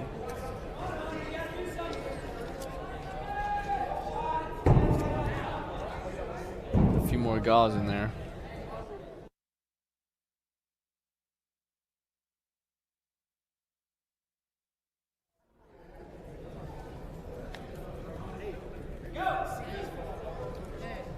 So they got to wipe up clean the wrestler, clean all blood off the wrestler, and make sure the nose is not bleeding anymore. They put a gauze in his nose. And now, can they actually stop a match completely for too much blood? yes, absolutely. 5 minutes. They get 5 minutes of bleed time. And of course, keeps going. yeah. So you can. I've seen it used up. And but they do a good job of controlling that, cleaning that. Some wrestlers they have when they have allergies and stuff, their nose tends to be a lot of dry, which means the blood vessels in the nose are very brittle. Mm-hmm. And and your nose is going to be in the middle of it in a wrestling match. Yeah. And that just kicks the wrestling off. That a lot of times they'll take Vaseline and put it inside the nose to soften those up, and that does help. But it's just part of wrestling. But again, like I said, we do a good job. Wrestling does a good job of keeping that well under control, better than any sport out there, to be quite honest. I mean, if you're on the football field doing a little bleeding, they're not going to stop the game. Yeah. Unless it's pretty rough. So we got 2 near fall. There it is again. So that brings him up to what, 11? Yeah, 11-2. Into the first period. That first period took a while. So Gordon's going to have choice. Gordon's taken down, second period. Again, second period. Coin flipped. The the wrestler with choice has 3 choices. Down, neutral. Nice lateral. Yes. Gordon. Excellent move. Excellent move. Catch your opponent going in one way and you go another, and there they go with you. So that's, if you do it right. 16, that's 14 points. One more point, and that'll be a tech fall. Trying to get them spread out right now. Yeah. Tech falls is worth 5 points, not 6. Which is what a fall is, or a forfeit. There's some counts, so he's going to have 2 more points. So at this point, the match pretty much is over. He's got him now, on his how's back. it going to end? I believe with a fall. Yeah. 1 minute left. Like it. Yeah. He's got to get that, do a little arch in there, lift that head. There it's getting. He's kind of working it down there. Working it down.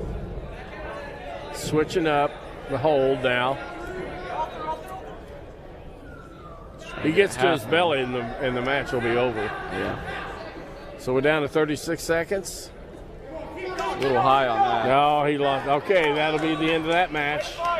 That's 19. There's the stoppage. Tech fall. That's 5 points for Gordon. So now it's 11-0. Gordon is in the lead as a team. Looks like Gordon's strength is in the lower weights. We'll see how they compare to Columbus North's upper weights. They got a lot of young guys there for Columbus North in the upper weights. 2 seniors at 82 and 95, but Gordon is all upperclassmen except for they give up weight class 220. So coming into the match with Gordon's 2 forfeits, they're already giving up 12 points. So we have here now, let's see here. Is that Is it 126? 126. Jaden Owsley, a freshman. His opponent, Justice Thornton, is also a freshman this year, Columbus North. So North got the takedown, initial takedown, 2-0 now. In control right now.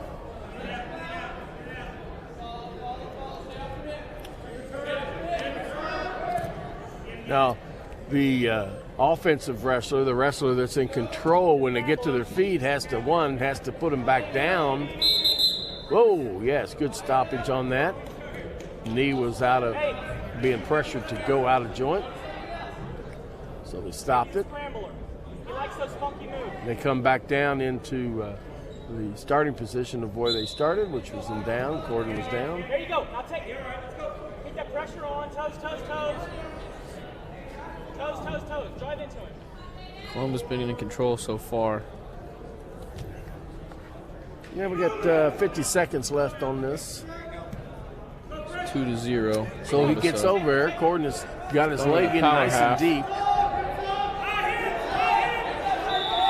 He's going to have a hard time pulling out, but he's got his hips out, going out of bounds. Way to cover there. Way to cover. 30 seconds here, Justice.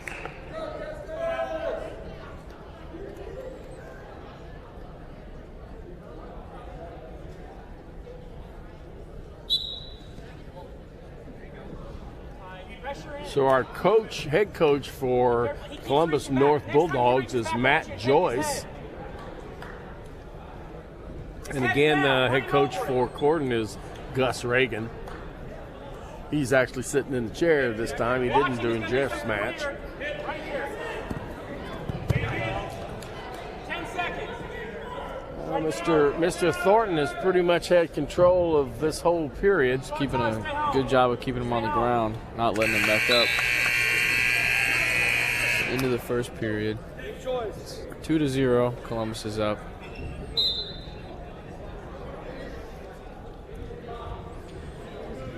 Looks like Columbus is choosing down.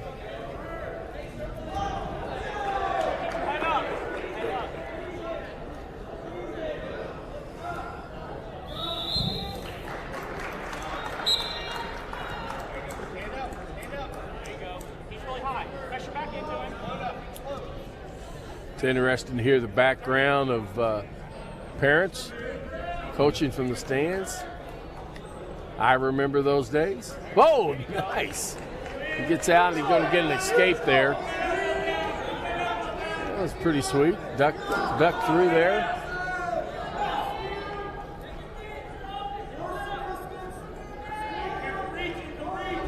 I believe Jaden had a victory over Colin Kane from Jeffersonville the last round. Having a little bit of trouble with Justin Thornton.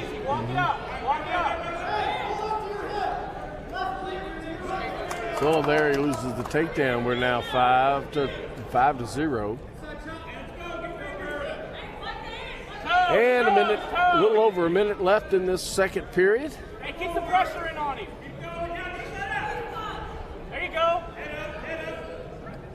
You got it. 3/4. You got it. Got to get that Right, yes, now go. to make that work. Yes, exactly. Now on his You back. got to use your shoulder Let's there. go, kid. There's the fall. For Columbus North. So 6-11 team point wise. As we move to 132.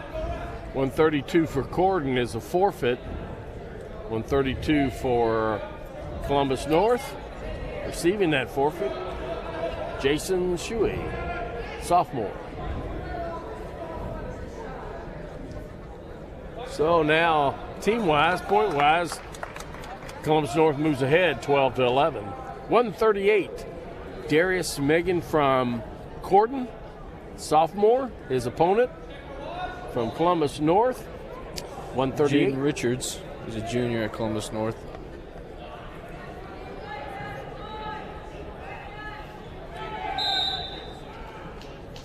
Again, Columbus North has got the green band, ankle band, designated as the home team on the scoreboard.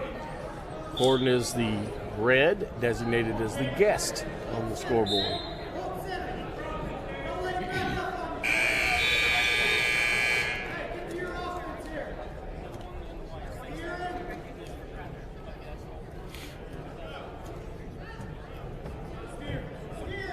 one of the things I've noticed on the Jeffersonville squad. They've got 2 returning academic All-State. Nathan Ihusen at 170 and Evan Clayton at 195. They were junior academic All-State. Pretty good accomplishment as a wrestler. Keep your grades in line like that. Well, double leg that failed.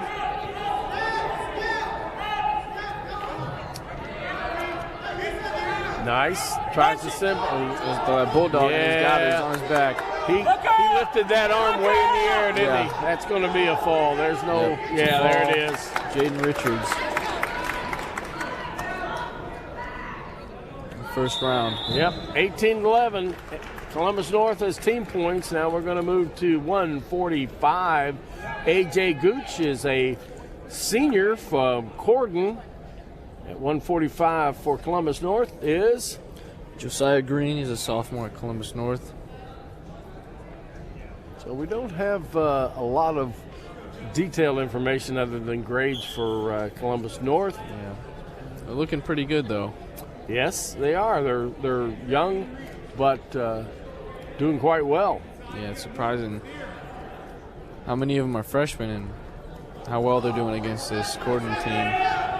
Well, Columbus East is in the Hoosier Hill Conference with Jeffersonville, and they have been very powerful in wrestling and in football. This year they have a down year in football, but I don't think they'll have one in wrestling. It's actually the first time in 70 years that Columbus East has lost to a team in their sectionals. Did you say 70? Yeah, 70 years. Yeah. Wow. Yeah, they lost to Seymour. Yeah, that's pretty tough. Yeah. And, of course, Seymour's in the Hoosier Conference as well.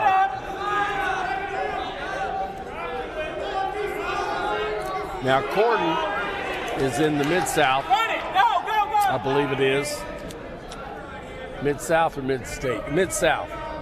They're in the Mid-South in a conference with them, I believe, with Charlestown and Salem, and I'm not sure all the teams in their conference.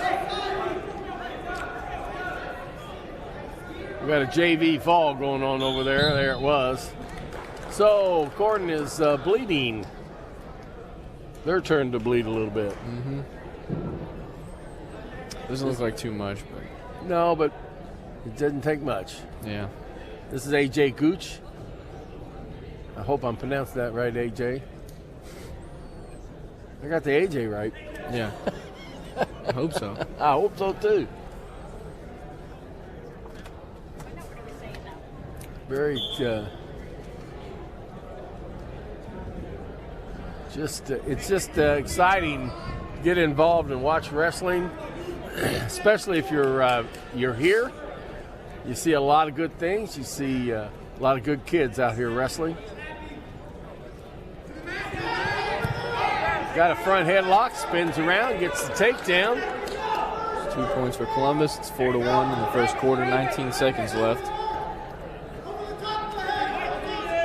Got him on his back. Yeah, on his back. That's a pin, buddy. I'll tell you what. Yeah. That's a fall. I don't think he's going to get it. There it is. Columbus is ranking up the falls here now. We're up to 24-11. Team points. Green with a fall in the first period. Didn't have much left time there, did Yeah. it? Okay, 152. Evan Haig, a freshman from Corden. His opponent. Liam Phillips is a junior. Still not much information on any of them, but Columbus North's opponent. He looks pretty tight there. Nice double leg. Yeah. He's got a lot. Yeah, he did. Doesn't really have much there, so he lets go. Well, he's going for a cradle. When he took him down, he can have it, but he has. Oh my goodness! Nice fall. Nice fall In for a cradle, right? Liam Phillips with a cradle in the first few seconds of the first period. 30-11. Columbus North. I would like to see some of their ranks if they're beating these guys that easily. Well, yeah.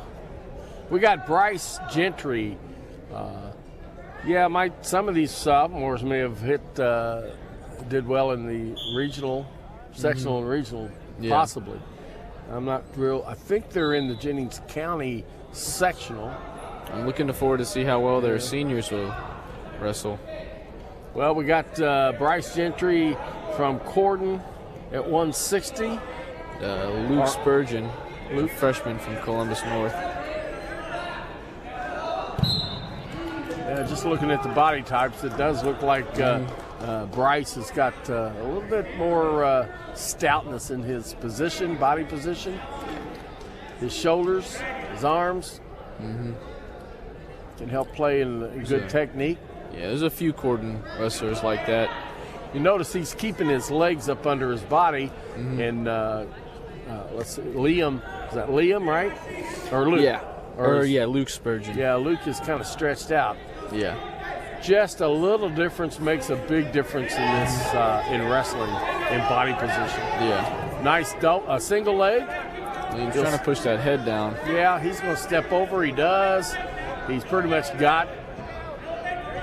Let's get to his stomach. Trying to get that leg out. Yeah, he's got the takedown now. There it is. Been awarded by the official.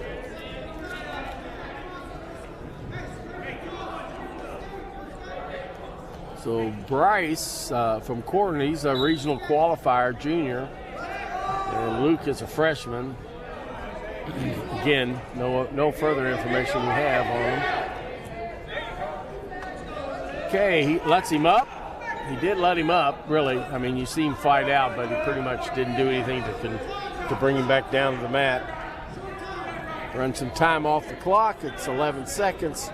Really not a time to give up an escape, give up that 1 point, but looking for a takedown just like that. It's on his back. He's got a nice headlock in. Yep. Time runs out. Does get 2 back points, so he adds 4 to that, so it should be 6. Luke got lucky that period. Should be 6. I don't think he gave him that other 2 points on the scoreboard. Coach is up there probably talking to him a lot. There it is, 6-1. That's correct. I think Red got the choice there. I'm not too sure who, but he's chosen down. That'd be Corden's Bryce Gentry.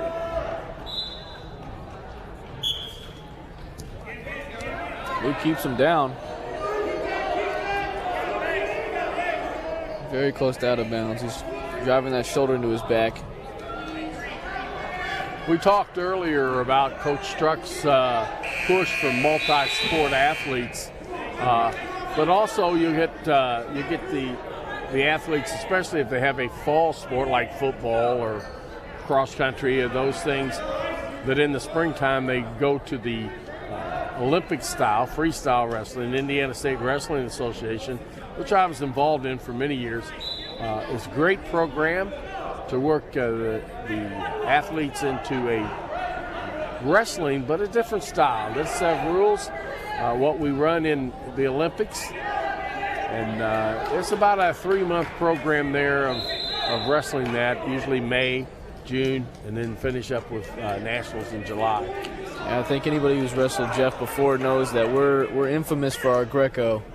We love our throws. Well, it's an important tool in your toolbox.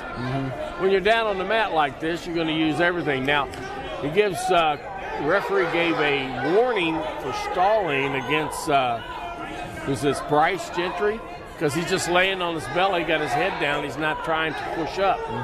Now, Luke is doing a good job controlling that leg, but notice his head's pretty much buried. You can't see it on the screen. There it is.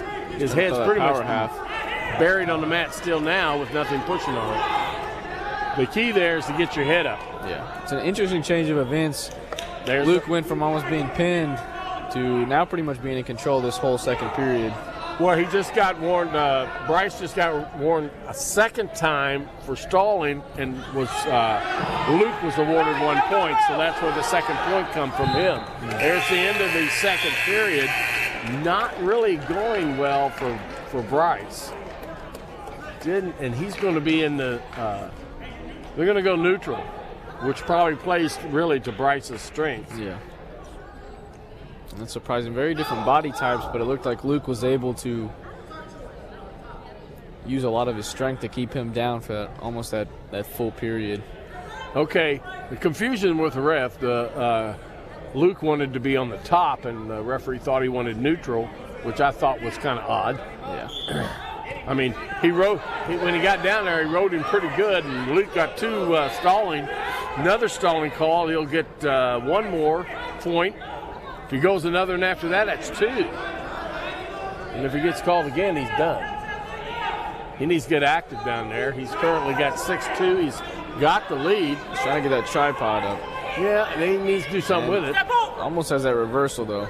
Yeah, he's got them legs tied up pretty bad. Yeah, Rolled he's back through. where he started. Yeah, he needs to get that arm, get a hold of that leg.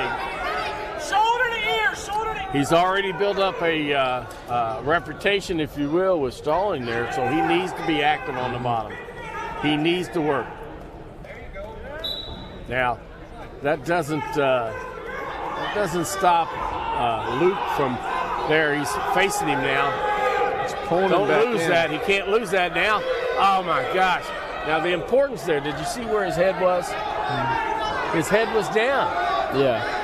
I'm not real sure about that stalling call personally, but that's just a personal opinion. Referee has certainly got more control on it, but he just awarded another, and so now it's 3.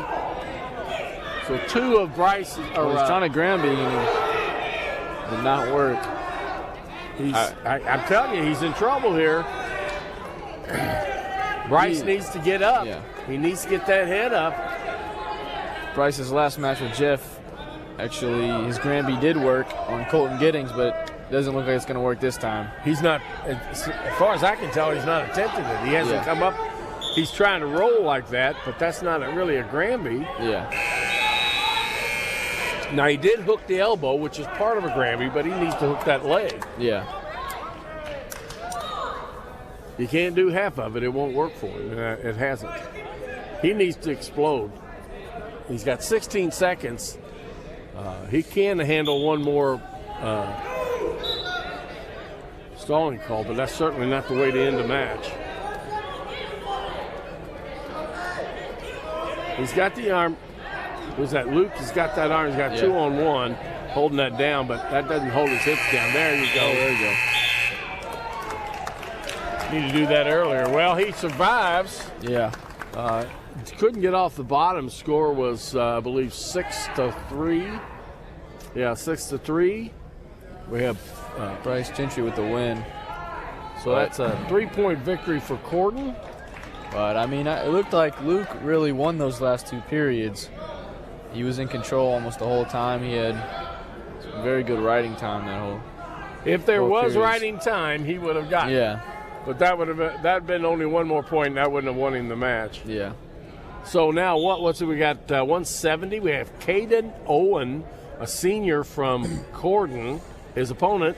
Keller to Spain. He's a sophomore this year. Keller looks a little small for 170. Yeah. But he had a nice attempt on a double leg there. Well, a lot of these Columbus guys, I'm looking at them and I'm wondering where they're hiding all them pounds, because they're looking a little bit smaller than some of these guys. Well, you know what week this is, don't you? It's Thanksgiving. That's true. And maybe we're not getting into our weight class early on this year. That's illegal headlock on his Get out of there! Get out of there! Nice. Nice head. Oh, my goodness. Throw. Only had 1 foot in. Only 1 foot. Got to have both of them in when he lands in bounds. Takes him down like that. Nice. Got in there deep on that double leg. Oh, man. He's got to stay in bounds. Mm-hmm.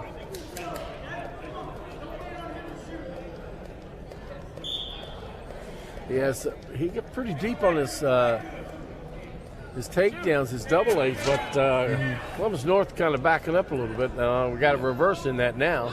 Yeah, Columbus, they seem to have very good technique. Don't tie up. Hey, we got less than a minute, no score. There's a nice double A single to a double.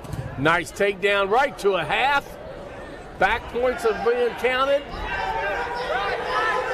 Might get the reverse on him.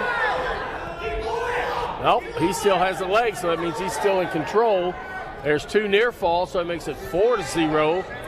Got to hang on to those legs for another 20 seconds. Spreading himself out, pushing them arms off of him. Yep. Sprawling, I believe we call that in wrestling, don't we? Yeah. So he gets an escape. 10 seconds to go.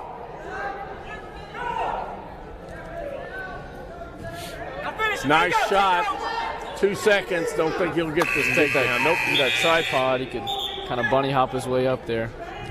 Well, again, he dropped. His head is on the mat, and he was extended. He needed to be up underneath of him, have his hips under his chest, really. I know, Struck Danny, he has a few practices. He'll teach us stuff like that. We kind of shows us how to hop our way up into a tripod, and you can work a lot of different finishers from there. Well, it's called positioning. Yeah. And you got to get that position. You're not going to talk to me yourself. Columbus North on top. Trying to break Corden down.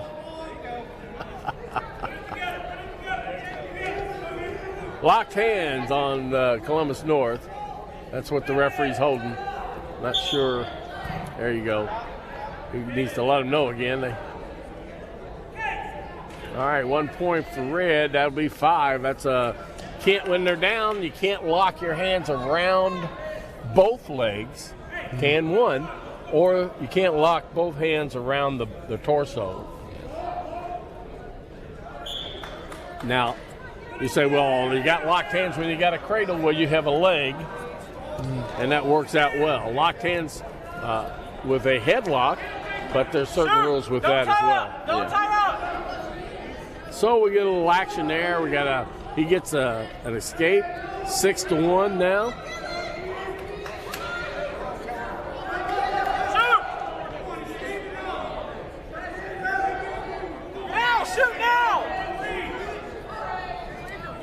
So we're at 182.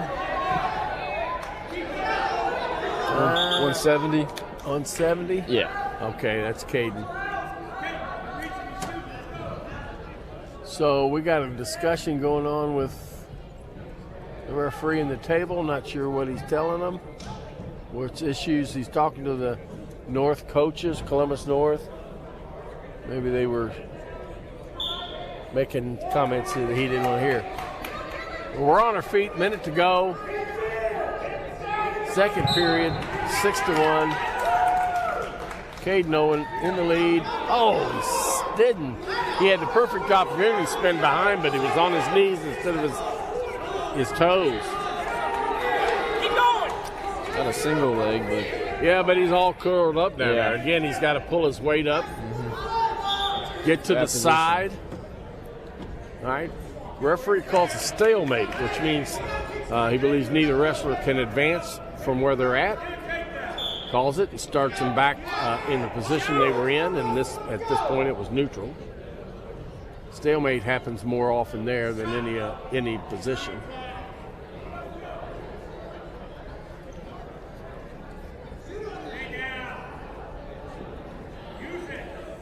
So one of the things that's happened in the last few years, the rule. Oh, nice.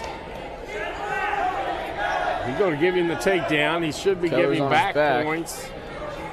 That's 2 seconds. Both shoulder blades. That was the fall. I believe that was within the time vein. Yep. He's leading 8-1. Well, he's going to check. He's going to check to see if the fall came before the buzzer. Of course, North is going to say it didn't, and Columbus say, or Corden's going to say it did. So we got to make a decision between the timer and the referee.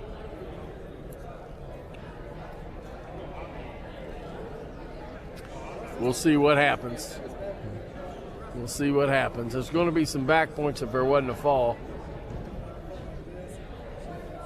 So did we award those back points? It's 10-1. Yes. Okay. All right. So the ruling is that the fall came after.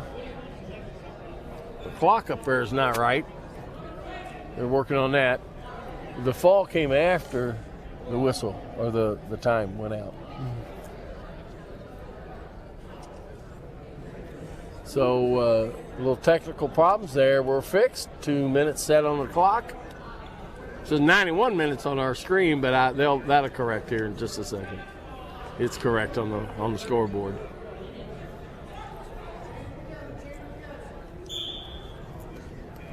There it goes. Third period, 10-1 advantage, and this is an 8-point lead, over an 8-point lead, which gives him a major decision, which is worth 4 points, team points, at a major. Normal decision, less than 8 points, is 3 team points. Oh, watch that now. Can't get that arm stuck in there, and he headed out. He didn't have any pressure against his shoulder, so it was just getting close. Half. But team points, decision less from 1 to 7 points is 3 team points. 8 points to 14 points is a major, which is worth 4 points. And then a technical, 15 points or more, is 5 points. Of course, a fall or a forfeit or a DQ is 6 points. That's all team points. And currently, right now, Columbus North is leading Corden 30-15.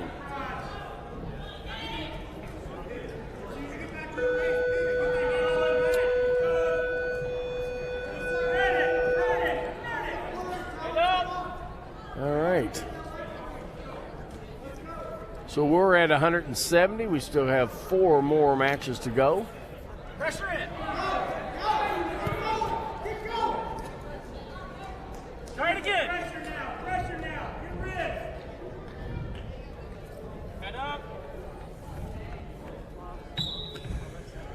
After this match, Corden will be done. We've got a warning on Corden for stalling. Basically just kind of hanging in there, not letting him up.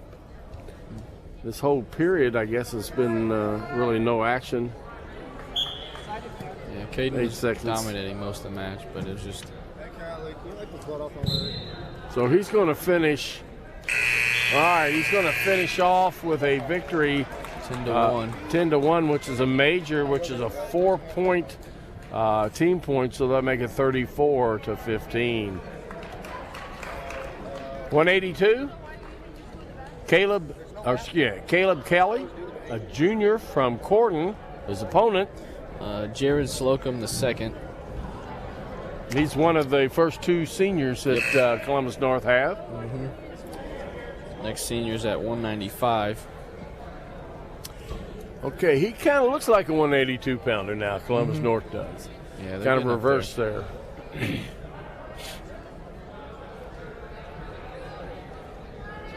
All right, switching up officials, just rolling them around. We got Mr. Chris Davis as our mat official.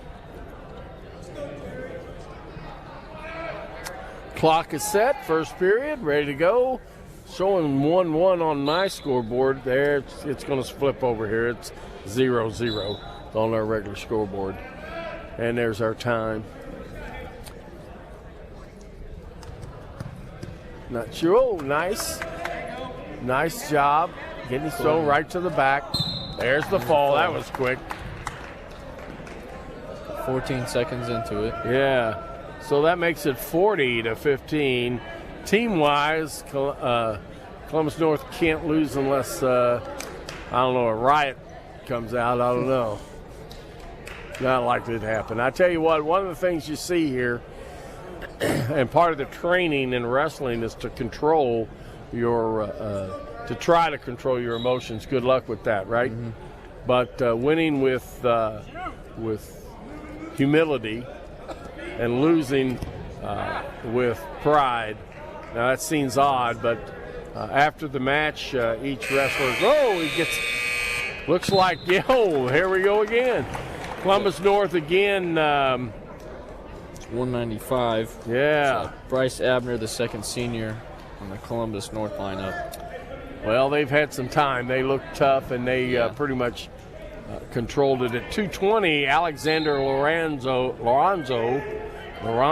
we'll say it, Lewis. He's a sophomore.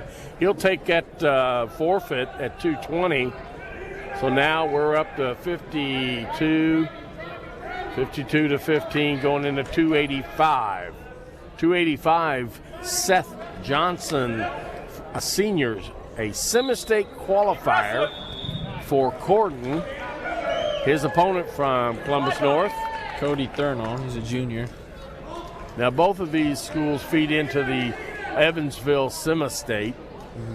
They're in different sectionals, different regionals, but they feed into the semi-state. Oh, goodness. Well, let's see. He's kind of just got him. He's not really controlling that arm, but there's a fall. Corden wins that one, so that they end the meet on a victory. That'll be 52 to 21 for Columbus North. All right, our next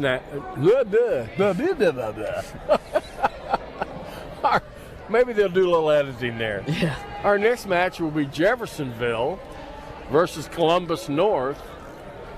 I'm excited to see how this will turn out, seeing as how good Columbus North was against some of their state qualifiers and semi-state qualifiers. I would like to see how this will go, how we rank up to them. Well, it'll be interesting. The team score is exactly the same. Yeah. Jeff won 52 to 21. Columbus North wins 52 to 21. Jeff was strong in the upper weights. Yeah. Columbus North was pretty strong in the upper weights as well. The Corden had two very good wrestlers. I want to point out, I don't mean otherwise, Seth Johnson was undefeated between the two schools. So was Zane Schreck and Bryson Rowley. Both those are semi-state qualifiers, and both of them had victories in each duel. So right now they're picking up the mat on our right there where they're wrestling JV. So we got it looks like we're going to have a JV match out here, Corden and Jeff. But then we'll start the varsity.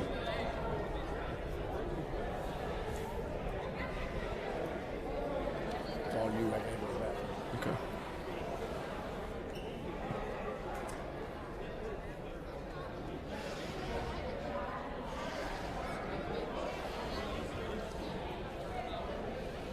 Looks like we're about to get started with a JV match.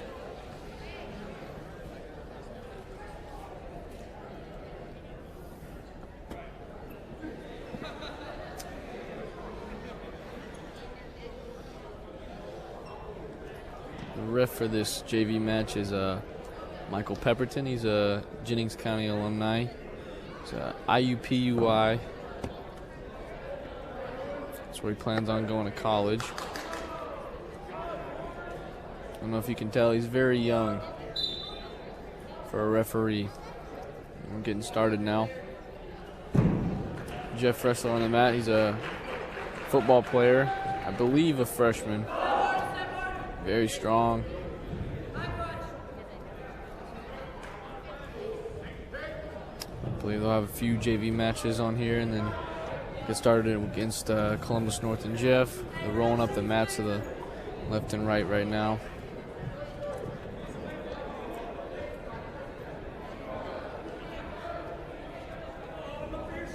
Just a little hand fighting right now, trying to get position. And Corden has a single leg in and is now rolled onto his back.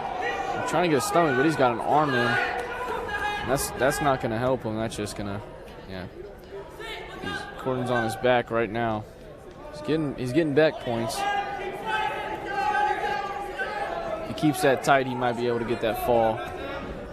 There's not much for him to do. There's a minute left. I don't think he can hold out unless he gets gets a reversal in, and that's a fall for Jeff.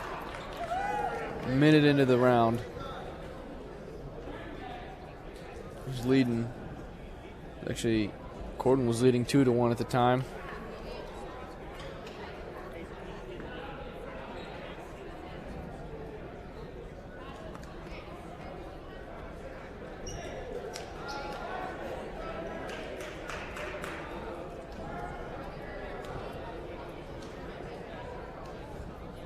Varsity wrestlers from Columbus North and Jeffersonville, get ready. So they're rolling up the mats, taking them up.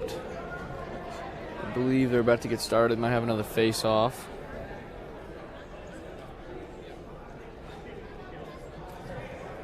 Very excited to see how this turns out. Like Lewis said, there's the points scored is exactly the same. Is that broadcast going to be on somewhere?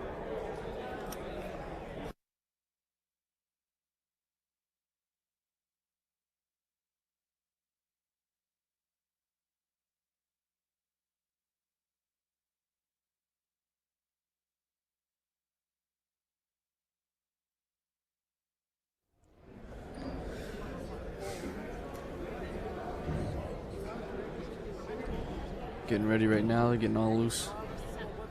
I don't think they have any forfeits, so I believe everybody will be able to wrestle, including 106. We had a forfeit against Corden. We have Sebastian Berry. I believe he's a freshman. This will be the first time he's wrestled today.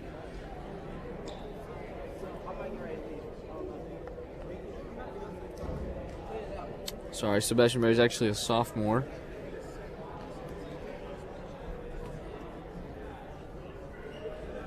I'm getting him ready. I guess they're gonna go right into the matches.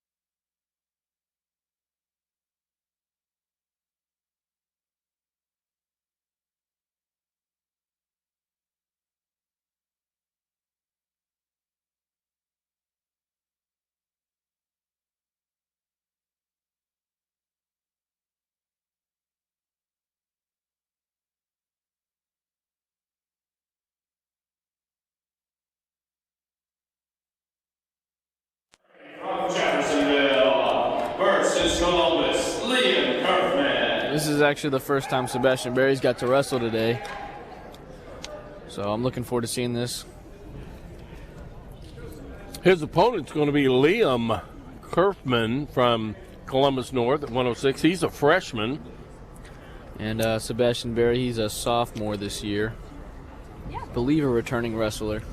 So this is our third dual meet here at Jeffersonville High School, William S. Johnson Arena, the Turkey Tussle.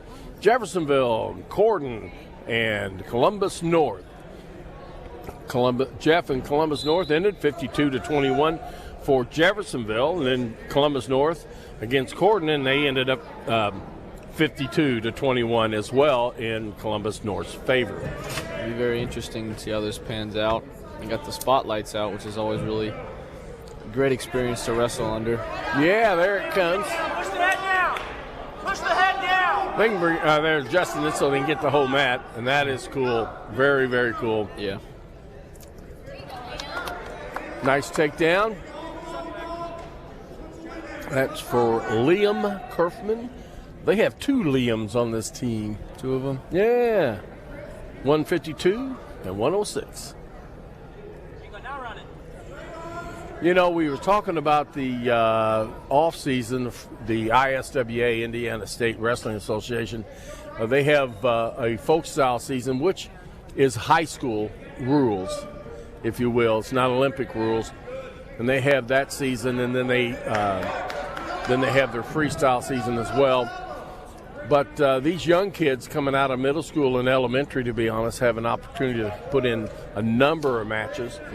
So when they come as a freshman, they come into high school, they have, it's possible they've had 3 or 4 years of some pretty good competition. Got to watch that elbow.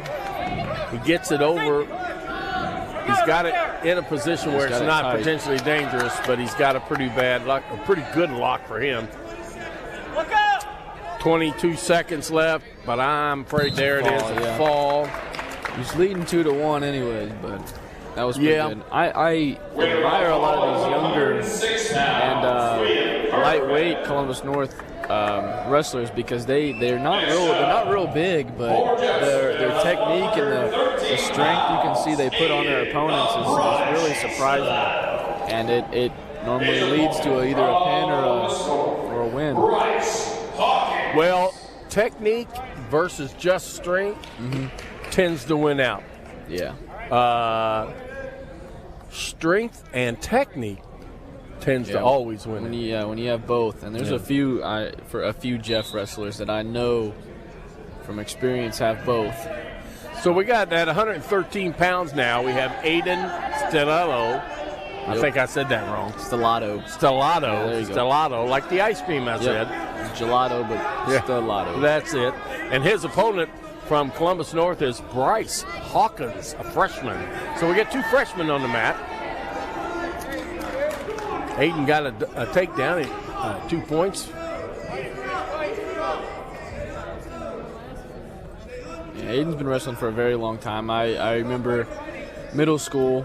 I remember when he was wrestling in elementary school and always seeing Danny posting pictures of him and his brother Alex Stellato at tournaments, and they always had great records and a lot of good tournaments that leaded into their wins. So mat time.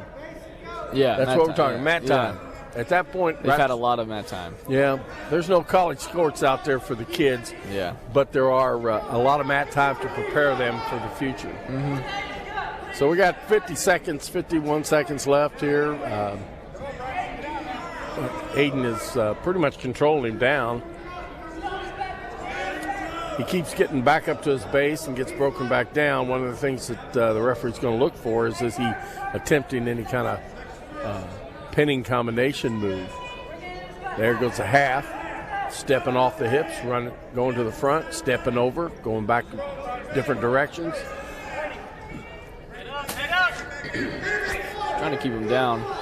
Yeah, but he was also working some pinning combinations as halves. It's not just holding him on the mat, it's looking to turn him, and that's his job up there. He's got that 2-1 under him. 2-on-1. Kind of lets go of it. 3 seconds. Into the first period. Jeff up by 2. Looks like Jeff will have choice. He defers. It goes to Columbus North, and he's going to go neutral. That's interesting. Yeah. Of course, he wouldn't be down. He couldn't get up. So that's, his best bet. Yeah. That's a nice shot by Hayden. Little direction. He's got to get. He's bringing his hips up. That's good. Bringing his hips up. He's trying to get to that tripod. Yes, sir. And he gets the takedown. You get that shot and you get stretched out. You can't stay there. You got to pull it up. Get your hips underneath of you so that you can do exactly what he did. If you know what to do, you can get back up into that position. But if you get too stretched out, there's kind of a point of no return, and then you kind of let go. So, a lesson to learn is that you always need to stay in good body position. Yeah. Whether you're on the mat or standing up, your hips are underneath of you. Yeah. And well, that's good. It's always good to take smart shots too. Now his problem here with this move, he got it, but he couldn't keep it because he didn't get his shoulder into the ribs. You got to get that shoulder down under the ribs. But good attempt. He scored 2 points from it.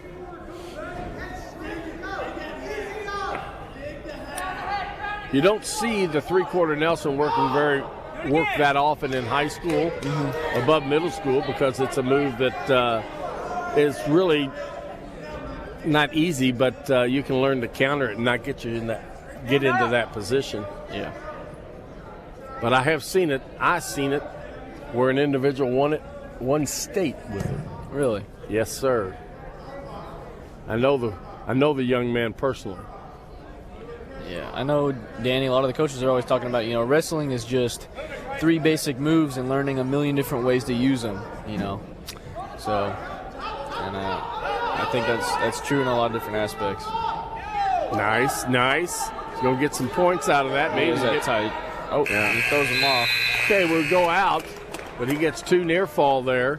Going into the third period, it's 8-0. Jeffersonville up. So we're at a major right now, which is important. So we go to neutral. What's a major mean? Like I said before, it's 4 team points. Okay?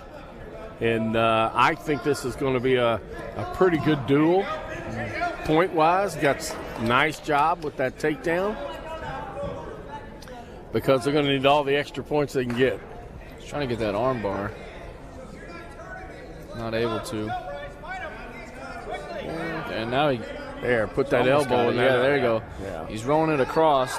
He's got to get that shoulder in there. He's got to hook over. Yeah. Got to get that hand around that neck instead of letting him roll through like that.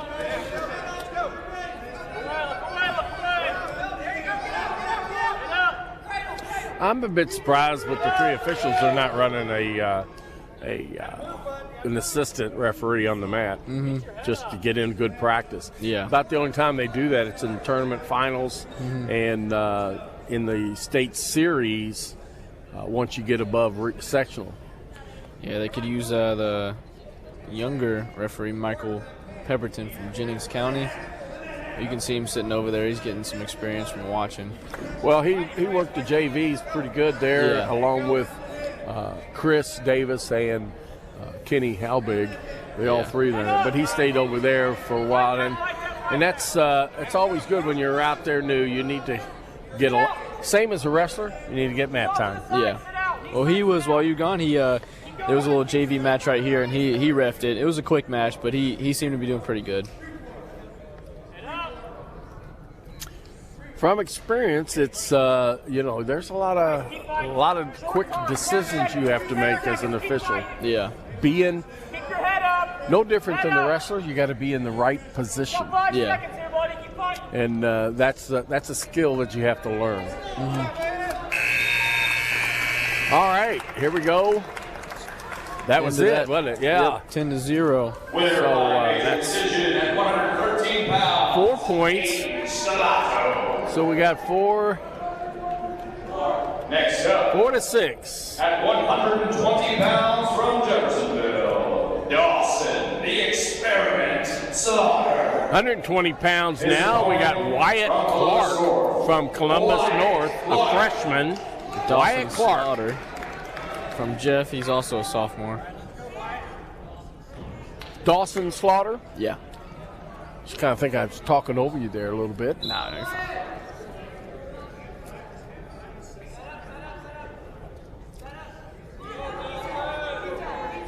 So Wyatt Clark is a freshman, and Dawson is a sophomore. Yeah, Dawson. Nice deep double leg. Lifts a little lift. Now he's got to work around. Keep moving. He still hasn't had it. He's still got to move. Keep moving, not stop. His hips are underneath of him. Again, he elevates, and then he gets that takedown. A lot of effort there. Did not stop. Out of bounds. 2-0, Jeff leading. Dawson mounts. That's what we just witnessed there, in my opinion, is that we see that trait that the Marines look for. He's good and he didn't give up. Yeah. He got it. He didn't get it. He got in there, but he had to finish, and he had to go and go and go and go, and he did not stop, and that he got the victory of the takedown. Yeah.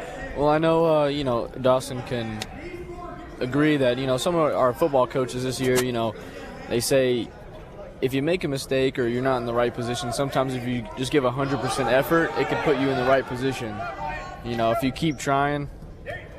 But that was interesting. Well, you're right. I mean, you can't stop. Yeah. You got to go. And you can't just give up just because you made a mistake or you go 100%. Sometimes you might always get it. Do it again, Wyatt. Do it again. So we're doing a good job of riding, but I'm not sure we're doing much. Okay. Yeah, it was almost. Good drive. He's got the takedown, or a reversal, a reversal. So score's tied. 4 seconds to go left in this period. Saved by the bell. Well, they were out of bounds as well, really, almost. So Columbus North had choice, deferred. Jeff gets the choice for the second period. He chooses down.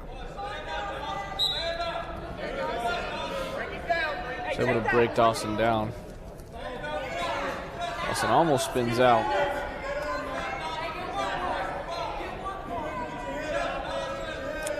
Somebody hollered from the crowd, whoa, that could be a close. 2 hands under the arms touching the head is a full Nelson, which is illegal. Yeah. A single arm under the shoulder, under the arm, touching the neck of the head is a half Nelson, which is illegal. A little bit of math there. -1, +1. Got a half Nelson. Now he's got a second half Nelson. That'd be a full Nelson. Go. Go. Keep it. See, you got to keep going. You got to feel that leg back there as he's turning. Hey,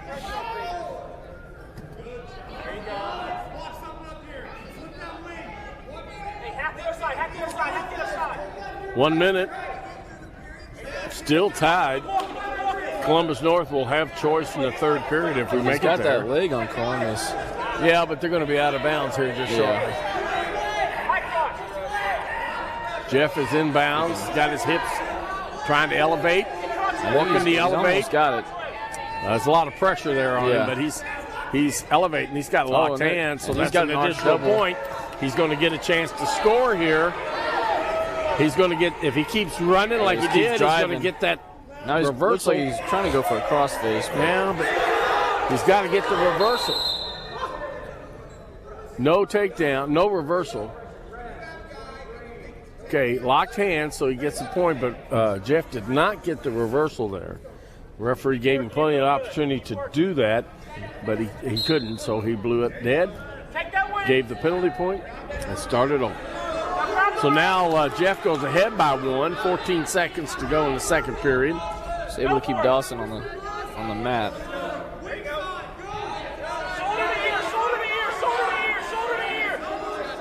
He's trying to run that arm bar around, but it's the end of that period. Good try, man. Good try, Wyatt.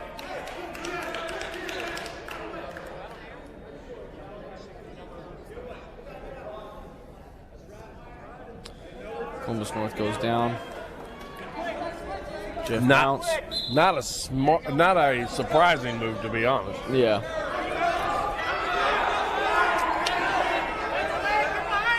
All right. So he's going for a double. Still in control. Boy, he missed a half there.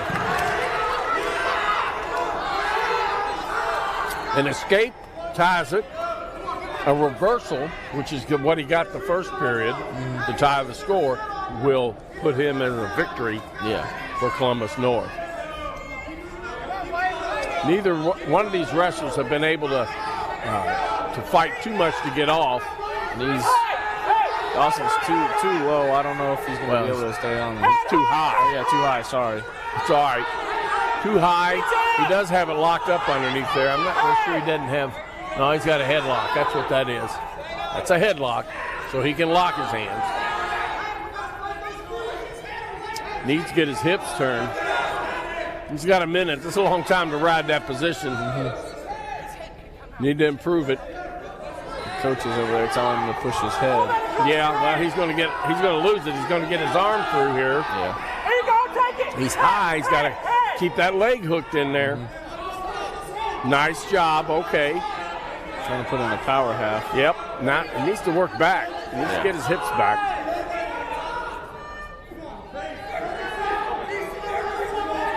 $30 seconds. He does not have that tight. He needs to get that tight. Yeah. Still too high on him. 20 seconds. I'm really kind of surprised he hasn't called a stalemate on this, but back points now. okay, he's attempting the back points. He's attempting a move there. 8-9 seconds. I don't believe the referee will stop it at this point. Jeff's going to come out, and this is tight. This team points are tight. So that's Dawson leads by 1 point. 120 pounds. Dawson, the experiment, Slaughter. so we're team points. Jeffersonville with that 3-point victory is now 7 to Columbus North 6. So it's tight.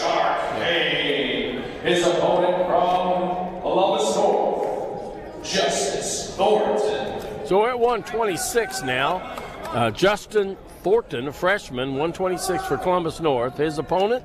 Colin Kane. He is a junior, Jeffersonville. Semi-state qualifier. Yeah. Now, he did lose his first round, if I'm not mistaken. Yes. I believe he did, to Caden Owsley. So he's a very talented wrestler, so I would like to see what happens here. Well, he looks a little bigger than the Columbus North guy. It's like, whoa, he tried. Yeah. Just made a little mistake there. Yes. Error. Yeah. Well, he's trying to force that throw. He's got to get momentum to take that. Let your opponent push you while you throw that, and then you can just roll through it. Yeah. But all that movement was on to Colin, and he's lucky he was out of bounds, actually. I know him and his brother Noah Kane. They are practice partners, and they push themselves very, very hard. They're natural-born leaders at practice, and you can see it just by looking at them. And Noah being the stronger and bigger brother, I think it really helps Colin in the long run when he goes up against guys that are a little bit stronger than him. But they both have great techniques. So. Well, he's out front right now. He's got his arms bundled up, and he's back down on the mat. So that's not a good position to be in. There's some back points going there.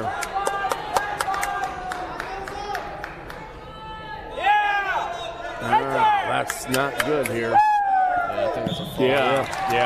Yeah. Columbus North with the win in the first period. 126 pounds, Justice Thornton. So that makes team points at 12-7, Columbus North. 132 for Columbus North. Jason Shuey, sophomore. His opponent from Jeff? Noah Kane. He's a junior at Jeff. He's currently 5-1. 6-1, I believe, because he won the last match. Well, yeah, 6-1, yeah. 6-1. So we were just discussing him earlier, wrestling his brother. Now, can you imagine wrestling your brother all the time, right? Well, my brother's 4 years old, so I might hurt him. I don't know. Maybe. Yeah. Well, I guess I'm talking about a brother like those two. Yeah. So we're here at Jeffersonville, WJHI. What a program that is. Gets a cradle, but is not in good position with it. He's going to put himself in cradle. Yeah, he's going to put himself. He gave Red 2 points, but I don't think that was. Oh, he's got a half in. I understand. Oh, he's got that tight. He gave points to the wrong. He held up Red, but they gave it to Jeffersonville, which was right. Yeah, we need this. Jeff needs this as a fall. He's got a butcher in. Boom! There it is. 7-1 now. All at 132 pounds. Noah, the Eagle Cade. Well, that's a fall. 1 point, 13-12. We just go back and forth. Let's need to pull ahead. 138 for Columbus North is Jaden Richards, Jr. His opponent. Zeke Moon. He's a sophomore or junior. He's a returning wrestler. Sophomore. He's a sophomore? Yep. That's what they got him listed as. Oh, yeah. Unless it's like football where they add 10, 20 pounds on the program. Yeah, true. I get a little confused. Yeah, football, they always tell us that we're the year above.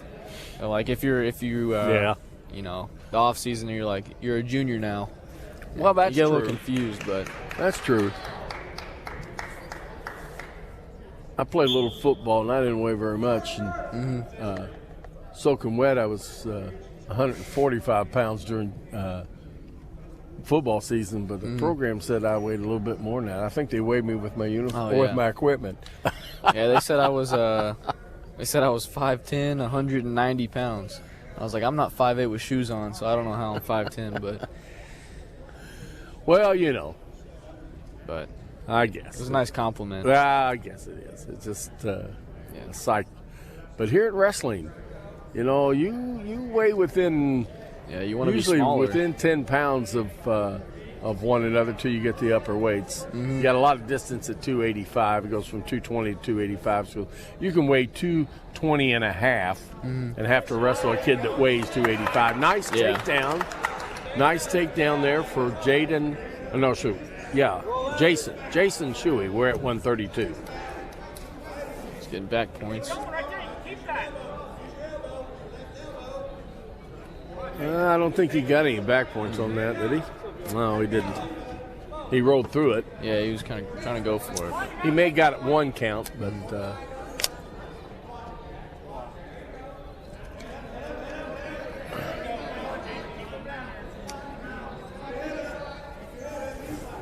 It's not doing much on top.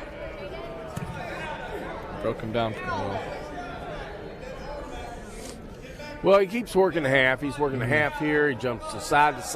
Yeah. He got a does. 2-on-1. He has a 2-on-1, but then he's trying to work it.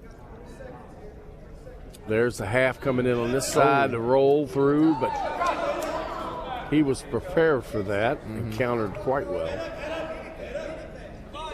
7 seconds in the first period. 2-0, Columbus North leading. Mr. Jason Shuey.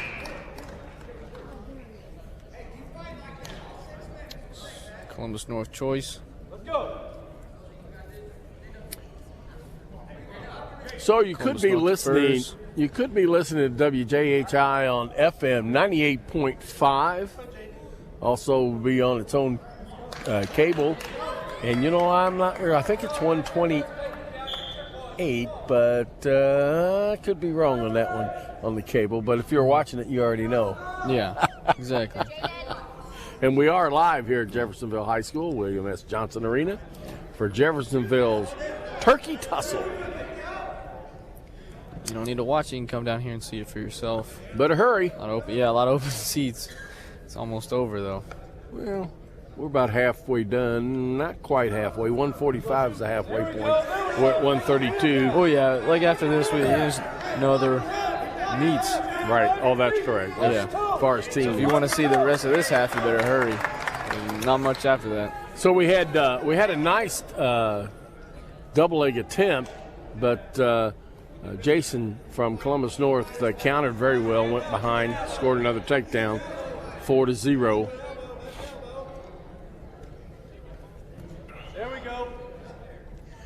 Jeffersonville's television and radio station is just outstanding. We have great camera people who are taking care of things. We got people up in the booth there doing the production. We're very fortunate here at Jeffersonville with this program that we've been able to put in place for getting this out to everybody. Watch the elbow roll. Watch the elbow roll. Hey, and if you're a business, I bet they'd like for you to help sponsor them. Oh, yeah. I'm pretty sure of that. A lot of good things going on. Mm-hmm. But not for us out on the mat right now. Jason Shuey is pretty much controlling Noah Kane. First period, he got the takedown and controlled him on the bottom, and he's doing the same thing here. 5 seconds left in this second period. Hopefully things will change for the third period. Jeff's choice. Be surprised if he went down. No, okay, neutral. Yeah. I'm not sure. He looked over Columbus North. I guess Columbus North. Yeah, why not? Because that's where they're scoring on their feet, right? Mm-hmm.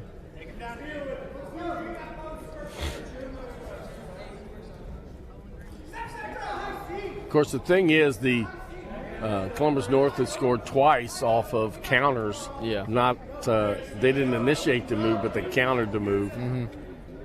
It was quite effective, actually. Yeah. There's a nice shot, though. Yeah. Get Single that leg, heel. switch over. See, they make me out to be a liar. I can think. 6-0 for Jason Shuey. Score right now for the team scores, again, is 13-12, Jeffersonville. So he lets him back up. That's 6-2. Noah's needs to do a big throw. Put him on his back. That'd be 5 points. That'd tie the score if he held him there for a count of 5, but also be able to come up with a nice pin. Grabs that ankle, loses the ankle. Nice sprawl by In a good position for a Bulldog. yeah, for Noah. Again, he sinks in on that single leg. He's got that. Noah's got that Right foot. Crossface now, trying to stretch out. But we got 36 seconds, 35 seconds, and the referee blows the whistle for stalemate. I think both the wrestlers might be sucking in some air. Yeah, they look. They've been working hard out there. Yeah. Going at it. 29 seconds.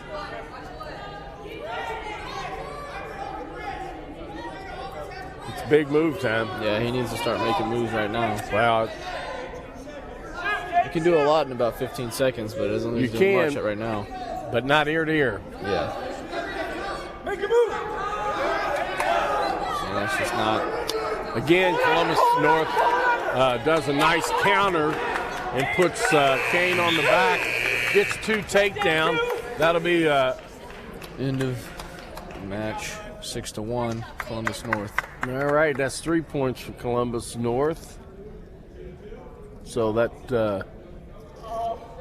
8-1 now. huh? It's 8-1 actually.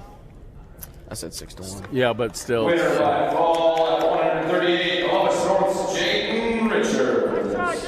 So it's 15-13 Columbus North now. 145 pounds. So at 145 pounds for Columbus North, Mouse Miller. Josiah Green, a sophomore. Opponent from Columbus North, Josiah Green. Blake Miller is a junior. Yeah, he's the one we had a interview with earlier after the Corden match. Been wrestling since second grade. Won by fall against Corden. I love watching him wrestle. He's very, very aggressive, and you can tell he just leaves everything out there on that mat. Sweet move!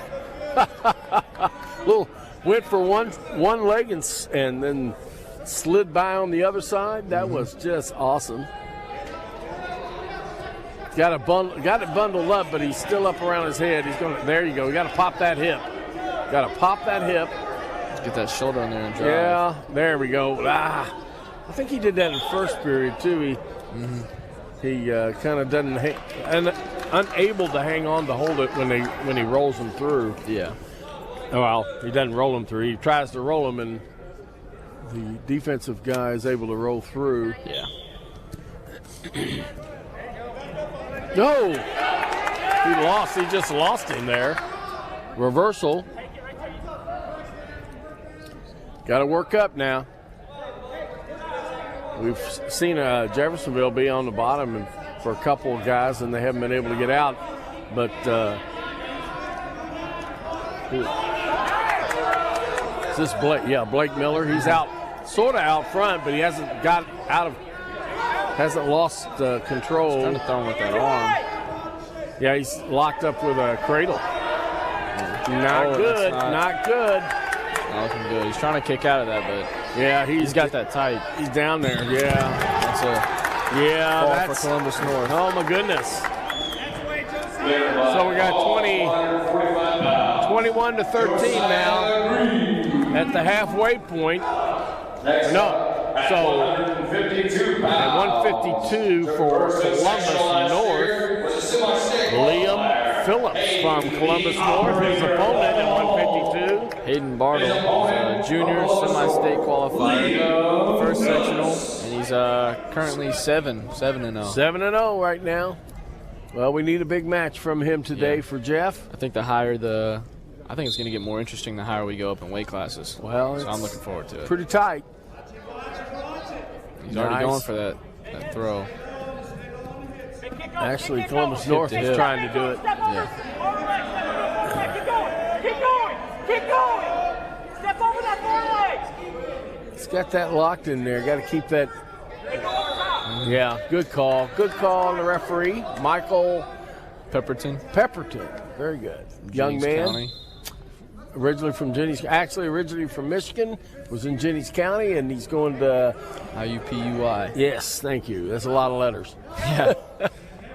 So he's out here. We need a lot of new officials, young officials, to get in the sport. It's always exciting when we have a brand new official, and especially a young brand new official who has time to mature and become outstanding. Shoot. Jump under.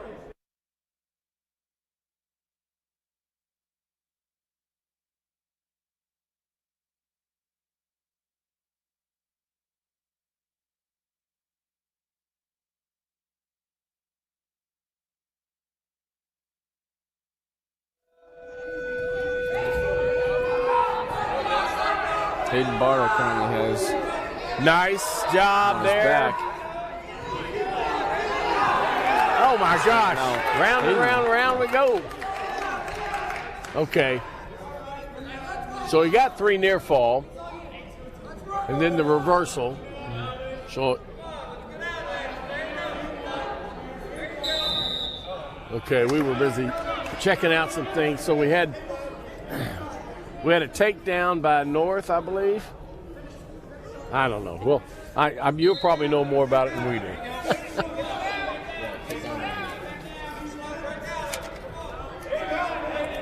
Too high, you're too high.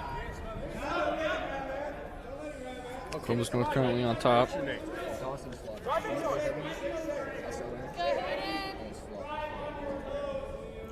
William Phillips and Hayden Bartle, both juniors. Related to Scott?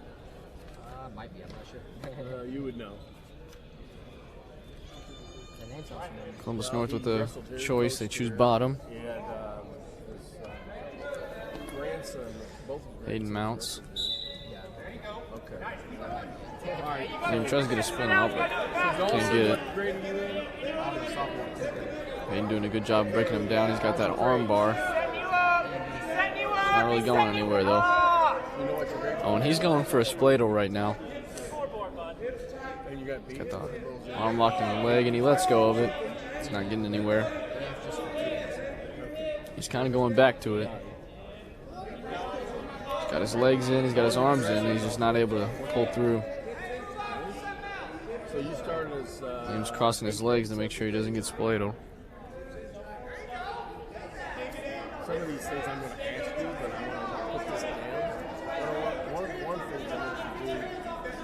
They're up in the air now. Hayden's still trying to get that spladle.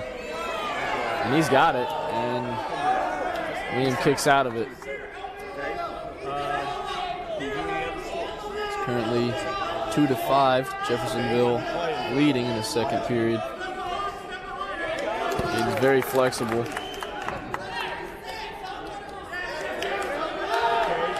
Liam's going for a cradle now. It looks like he's got it locked. Yeah, he's got that. He's got it locked, and I don't think Hayden's gonna be able to kick out of it. Oh, and he gets out. This goes to show how flexible he is. I like how it comes into a physical and mental sport.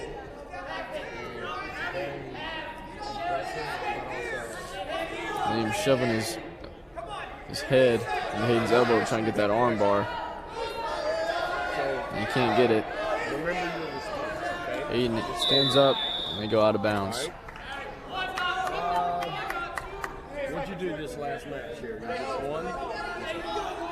How'd you win? Okay. Bartle on bottom.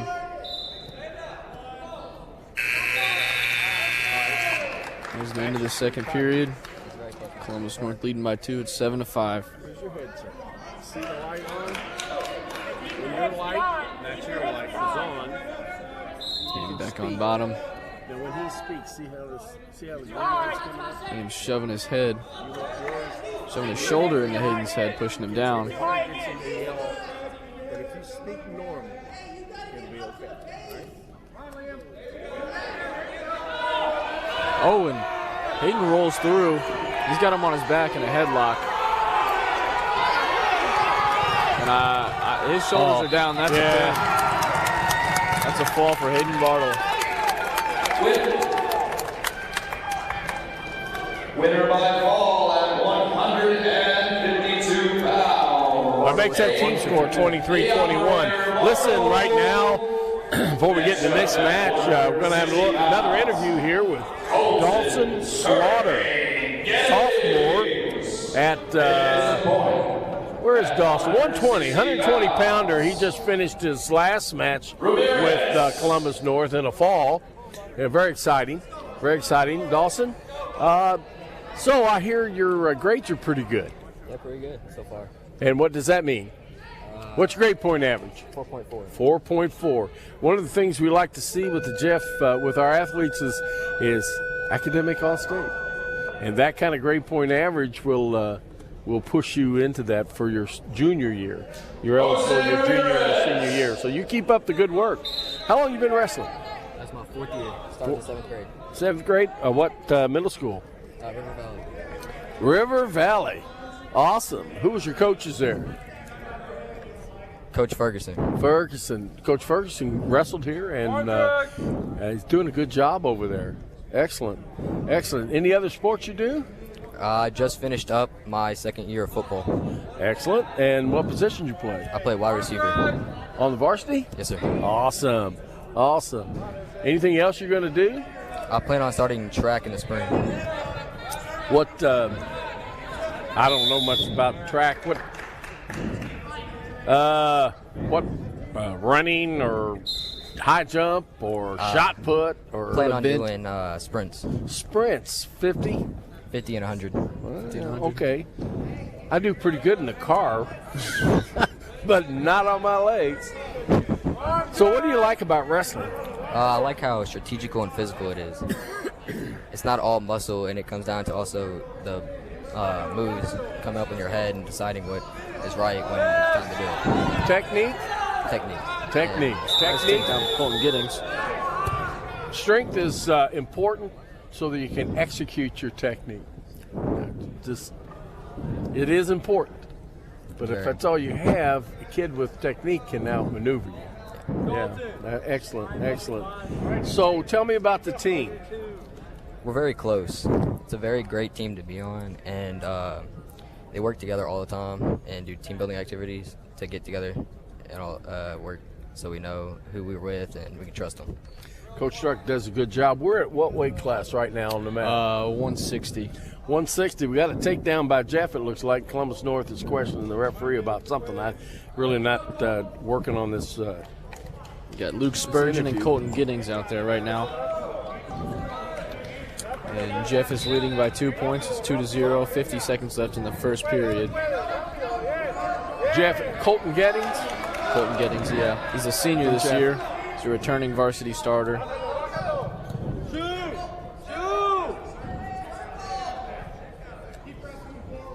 So do you find wrestling fun? Yes, it is a very fun sport. Well, what's fun about it? You mean all that work where you get beat up in the wrestling room and you have to lift weights and you're sweating and you're gasping for breath? That's fun? Oh, yeah, definitely. No, but in the end, it is really fun because it's just great to see all your teammates get hyped when you win.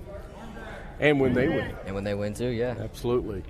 Well, I know that there's a lot of things that go on in the wrestling room other than wrestling. That seems odd to say. But I know there are some activities. Are you in the weightlifting?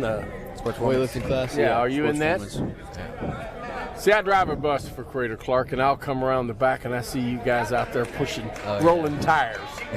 Big old tires. So that's, and I know Coach Struck is in that and does a great job. Yeah, that's the fun days. Exciting match going on here at 160. A lot of activity, 2-1, close score. Oh, that's not good. Colton tried to roll through it, but he caught him. Yeah, he did. He's getting back. Looks like he got safe 3. now, but he's still on bottom. Yeah, 3 near fall. 3 near fall. Bring it to 4-2. Columbus leading. Well, Dawson, we thank you for your time. Enjoy the rest of the day. Root those guys on, okay? Dawson Slaughter, a little time with him here. Matt's side, while wrestling's going on, he's doing a fine job today. He's 0-2, or 2-0. Listen to me, 0-2. 2-0. Won both his matches by fall. So pretty good for the team. Scores really tight. 23-27 as team points. 4-2 here. Columbus North ahead in the second period. 1 minute to go.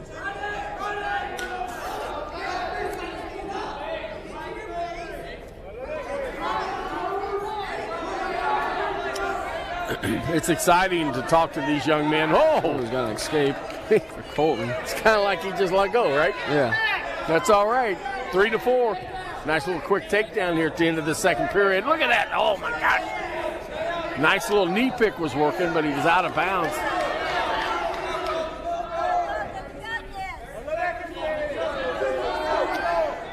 Yeah, a nice little takedown to finish off this second period would be good for the score for Jeff. He got 20 seconds. He could do it, but he needs to start making something. Well, I think maybe we're going to end up just like we are right now, 11 seconds. Yeah. Columbus has wrist control down there, blocking the wrist, blocking the hand and the arm. So here we go into the third period. Tight score, 4-3 for Columbus North. Keller to Spain. Or no, sir. Luke Spurgeon. Luke Spurgeon, we're at 160. I get a little confused here looking at all these. Some of them don't look like they're 160, but. Yeah, he's down. Scores another point, so now he's up by 2. It's going to take more than a takedown to win this match.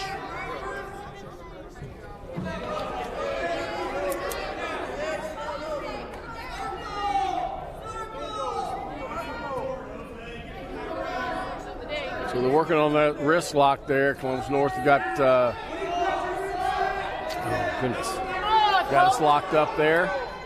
Really nothing going on there.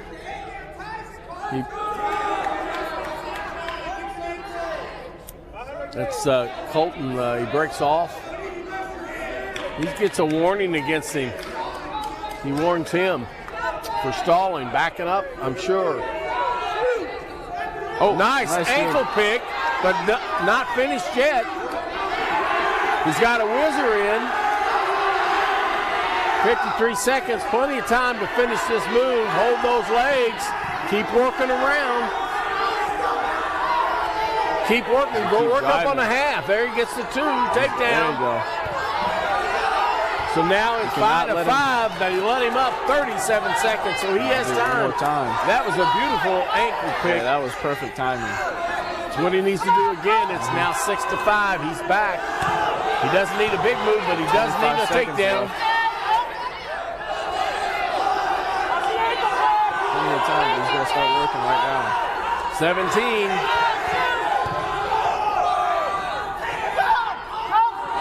Gets under 10. He needs to get it. Under 8. Oh, no. He's got a single one. Oh. That's going to take that. All right. What an exciting match. Columbus North comes out on top. Spurgeon, freshman, wins 6-5. Next up, at 170 pounds, a semi-state All right, 170 for Columbus North will be Keller Despain, sophomore. His opponent, Nathan Ihusen, senior, semi-state qualifier and academic all-state this year. So big time here. Let's see, they got, so now it's 23-30. Columbus North leads the team points. So it puts Jeff down 7 points. It's going to take a couple of victories at least just to catch up.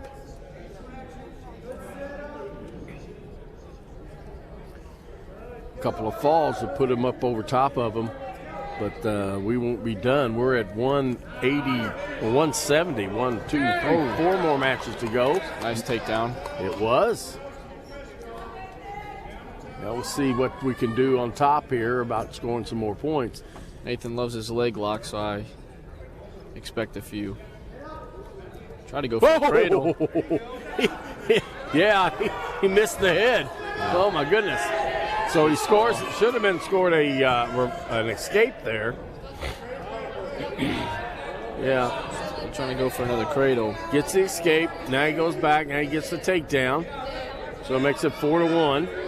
Turned out okay. He does have it. Looks like he's got it locked up. I don't know if he has his hands. Well, he's got a leg behind that other leg. Mm-hmm. So. Not able to get it. Not able to get that lock. You guys must be working on this butcher. Yeah. I've seen several guys doing that. Going to have to spend more time on it. Mm-hmm. Got to watch that crossface now. Crossface are legal unless they're thrown in like a punch. Mm-hmm. So we got to, just do it right.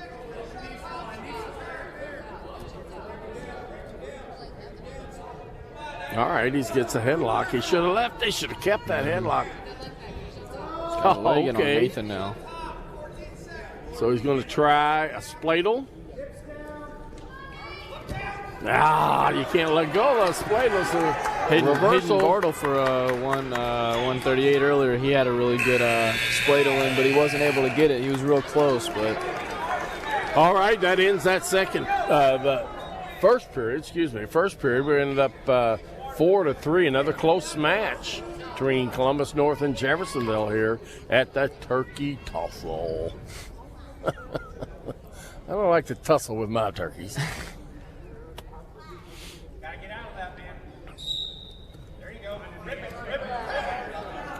Gets the escape. Now we're tied.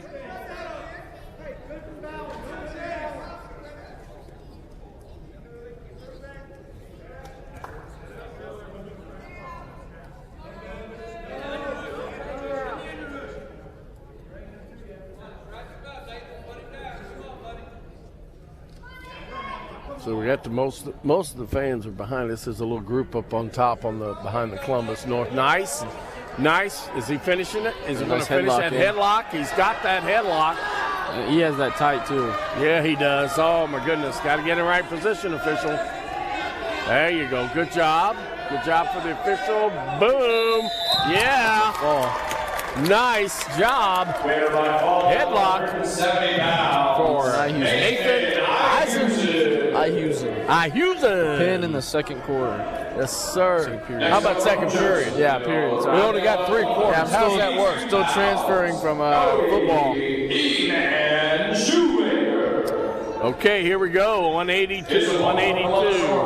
Jared Slocum, the second, a senior from Columbus North. His opponent for Jeff, Cody He-Man Shoemaker. 182. Yeah, Cody's a sophomore this year and stronger than pretty much everybody on the team. Well, let's hope he has that strength and technique here. We're going to need it. Jeff is behind by 1. And, that's nice how lateral. you do that. That's how you do that. Except you need to finish it. Yeah. It ended up in his favor. So he didn't land on his back. He was being pushed by Columbus North, and they rolled through, but he lost the grip. Got a nice 2-on-1. Back up in there, underhook, overhook. Again, looking for that throw, I think. A little pushback from Columbus North. That's it, circle in. This is Cody Shoemaker. Yep.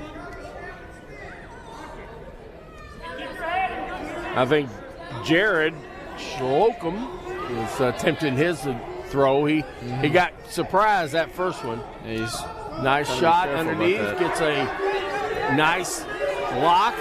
Going to try to throw it. Yeah, unable let to. go of that. He had that arm behind his head. And he let go. Well, he's still trying it. So he gets the takedown. Slocum gets the takedown for Columbus North. Got him in a pickle there. Getting back points. Looks like he's got his count for 3. So the referee will hold that until it's either a fall or he gets out of that.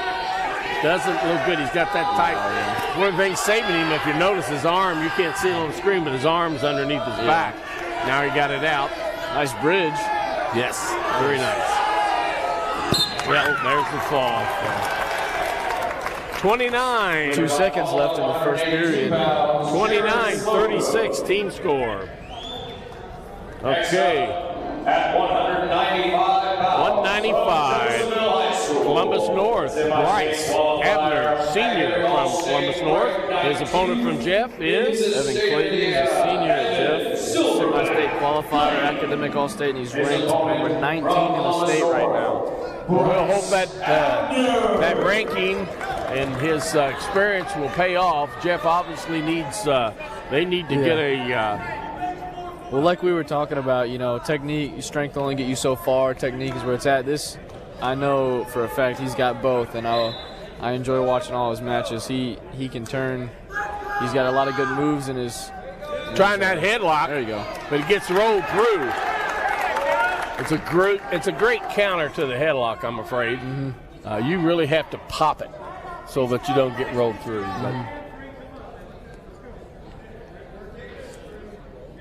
So he got that arm trapped out. He gets it up. That's good. He's up on position, trying to get out. Yeah, he has to. Can't stay down there on them legs like that on top. You have to come up, and they did. So this is 195. So this is an important match. We need 2 victories, 2 falls actually, 2 victories at this point right now to go ahead. And we got 3 matches, counting this one, we have 3 matches left. So each match is going to be very important. Need to win them by fall if we can. A very exciting duel today here at Jeffersonville High School. We thank WJHI for allowing us to be a part of it, and to them for broadcasting this live. It's on Red Devil Radio Network, 98.5, heating up the airwaves.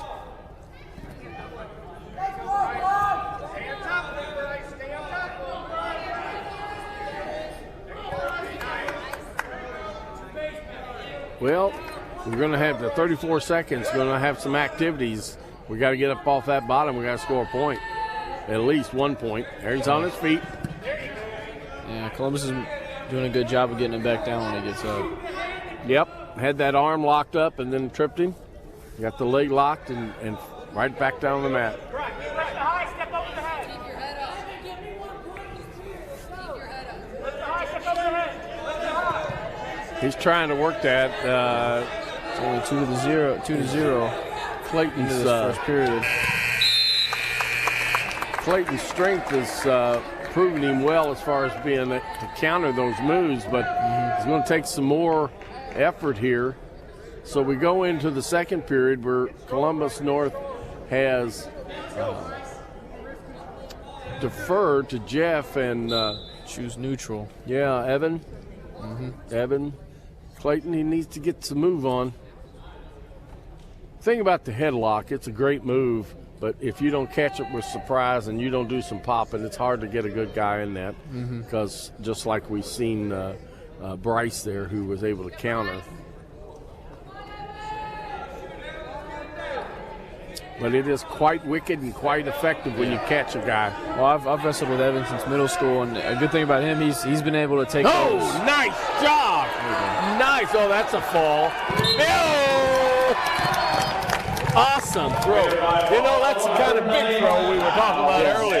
Yeah, that's right. Well, see, Evan, you know, I wrestled with him for a long time. He's always been able to take those basic moves and perfect them, and that's why his headlock's always been real effective. Well, he always got that one counter, but that was a lateral. Yeah, well, yeah, that was a lateral, and that was an awesome lateral. Okay, for 220 pounds, again, both these matches coming up are very important. You got Alexander Lorenzo, sophomore, at 220 pounds for Columbus North. His opponent from Jeff is Dylan Mauser. He's a senior for 220. Team score is currently so we are 31. No, I didn't. Okay, I don't know. Maybe it is. They say it's 30-31. I got 35-36. There's a couple of match points there I'm missing.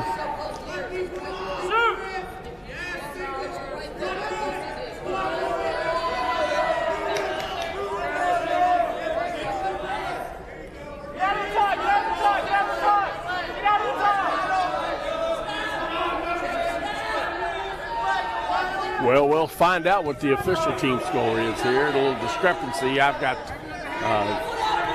Mauser's done a good job with that front headlock, brought him down the mat. Now he needs to swing around the back. Nice job. Is he listening to me? I think so. He's a smart kid. Yes, he is. I've known him since he was a freshman, to be quite honest. Oh, really? Yes, sir. Yeah, that's my gym partner right there. Yeah. So he's having trouble what to pick as a pinning combination here. Nice little cross face. If you're going to do that, he needs to drive the head to the knee. Head to the knee. Go for the cradle. There it is. Head to the knee. Keep driving it. He's trying to do that bundle you guys have been working on. Yeah. That's it. That's it. Turn. Don't let go. Turn. I get a little involved. Yeah. He's still in control.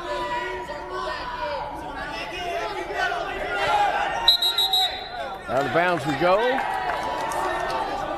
Score on the screen shows 2-1, but the correct score is 2-0. 2-0 Jeffersonville. We're in the first period. Crossface. I tell you, that cradle is there if he'll just take that head to the knee. He's had a few openings. Yes, sir. Keeps his knee there.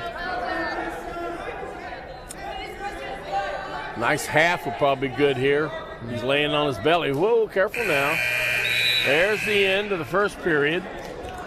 Scores 2-0 unless, yeah. So what we got on the scoreboard.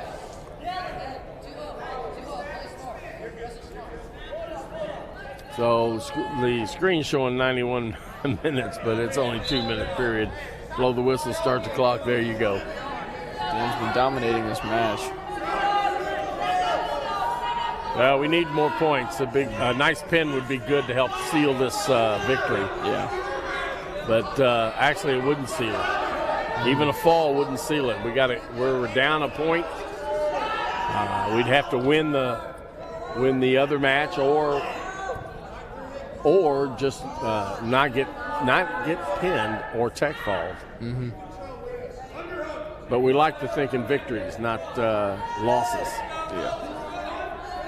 All right. Mr. Mauser needs to get busy. He likes that front headlock. Puts him down. Spin behind. Keep going, keep going. Can't stop. Just back in that front headlock. Yeah. Stretch him out. Oh, that's good. That's for that bulldog. No. Let's go. Oh, he lost it. Lost that hook he had. He's got a tall, lanky frame. Wrestling a short, stocky young man. Dylan's got a lot of strength in that frame, though. Yep. Actually, last year he was wrestling 170, the same height. And I think 220 is a much more comfortable fit for him. There we go. Nice spin. There's the takedown. So it should be 4-1, I guess. No. Should be 4-0. 4-0. Break him down. He's got that arm hooked. He needs to break him down. Okay, there's the end of the second period. Now we go to the third.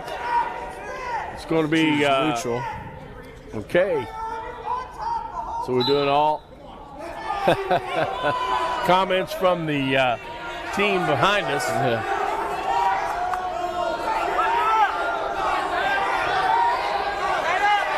We talked about those counter moves that are working for Dylan. He shoots. He puts that front headlock on. He's doing a good job of sprawling and keeping that leg bent, but he needs to.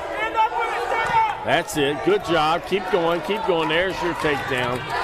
Now we got 6. Giving him some advice. Well, you know, it's easy up there. Yeah. It's easy right here. Yeah.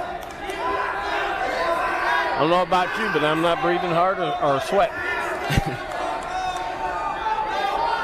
And what we see here, a lot harder to get. There, he gets some back points. Maybe he'll get that fall. Step over, get your hips over his head. Don't let him up. So he's going to get 3 near fall. 3 near fall, which makes it 9-0, which gives him an extra point. We got 4 points there instead of 3. And that we need a fall. Jeff needs a fall. Got 9-0. 9-0. That's great. 40 seconds left in the third period. Yeah. Be all right to let him go, give him a point. Yeah. He still has the major, and he can get a takedown. He's going to work for that tech fall. All right, he's got that hook. He's got the wrist hook. Step.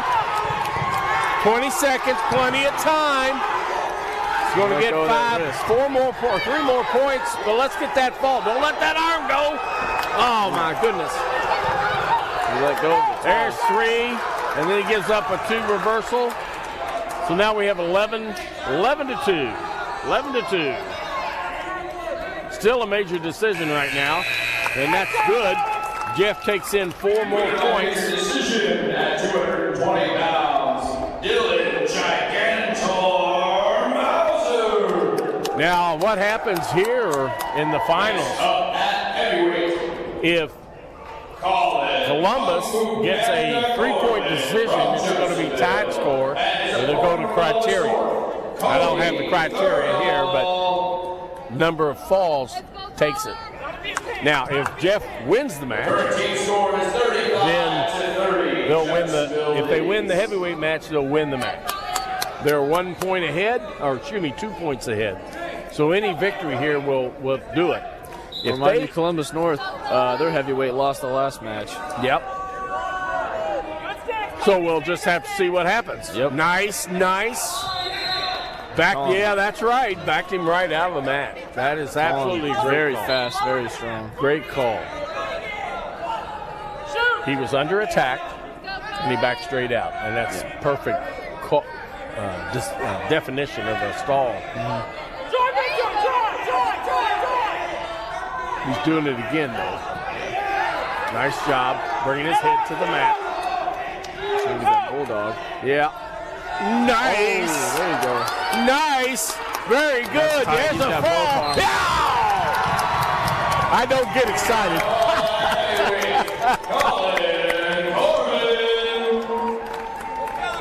I got 45-36. I think they were about whatever the difference is going to be there. The score was 41, Jeffersonville 30.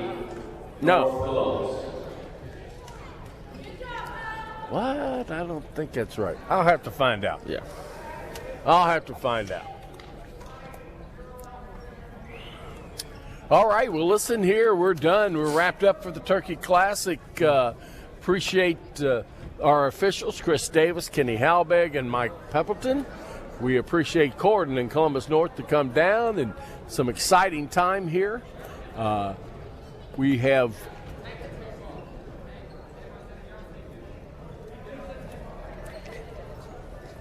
what? Hayden. What's your name? Hayden. Hayden. I'm sitting here. I got lots of names down. I'm like, I'm blank. You've been here the whole time. You forgot Well, about you me. have been here the whole time. Hayden Prather here working with me, senior here for Jeffersonville, a football player, a wrestler, and really appreciate his time. It's Lewis Rossbottom. Had a good time being here. We'll see you the next home meet. Take care.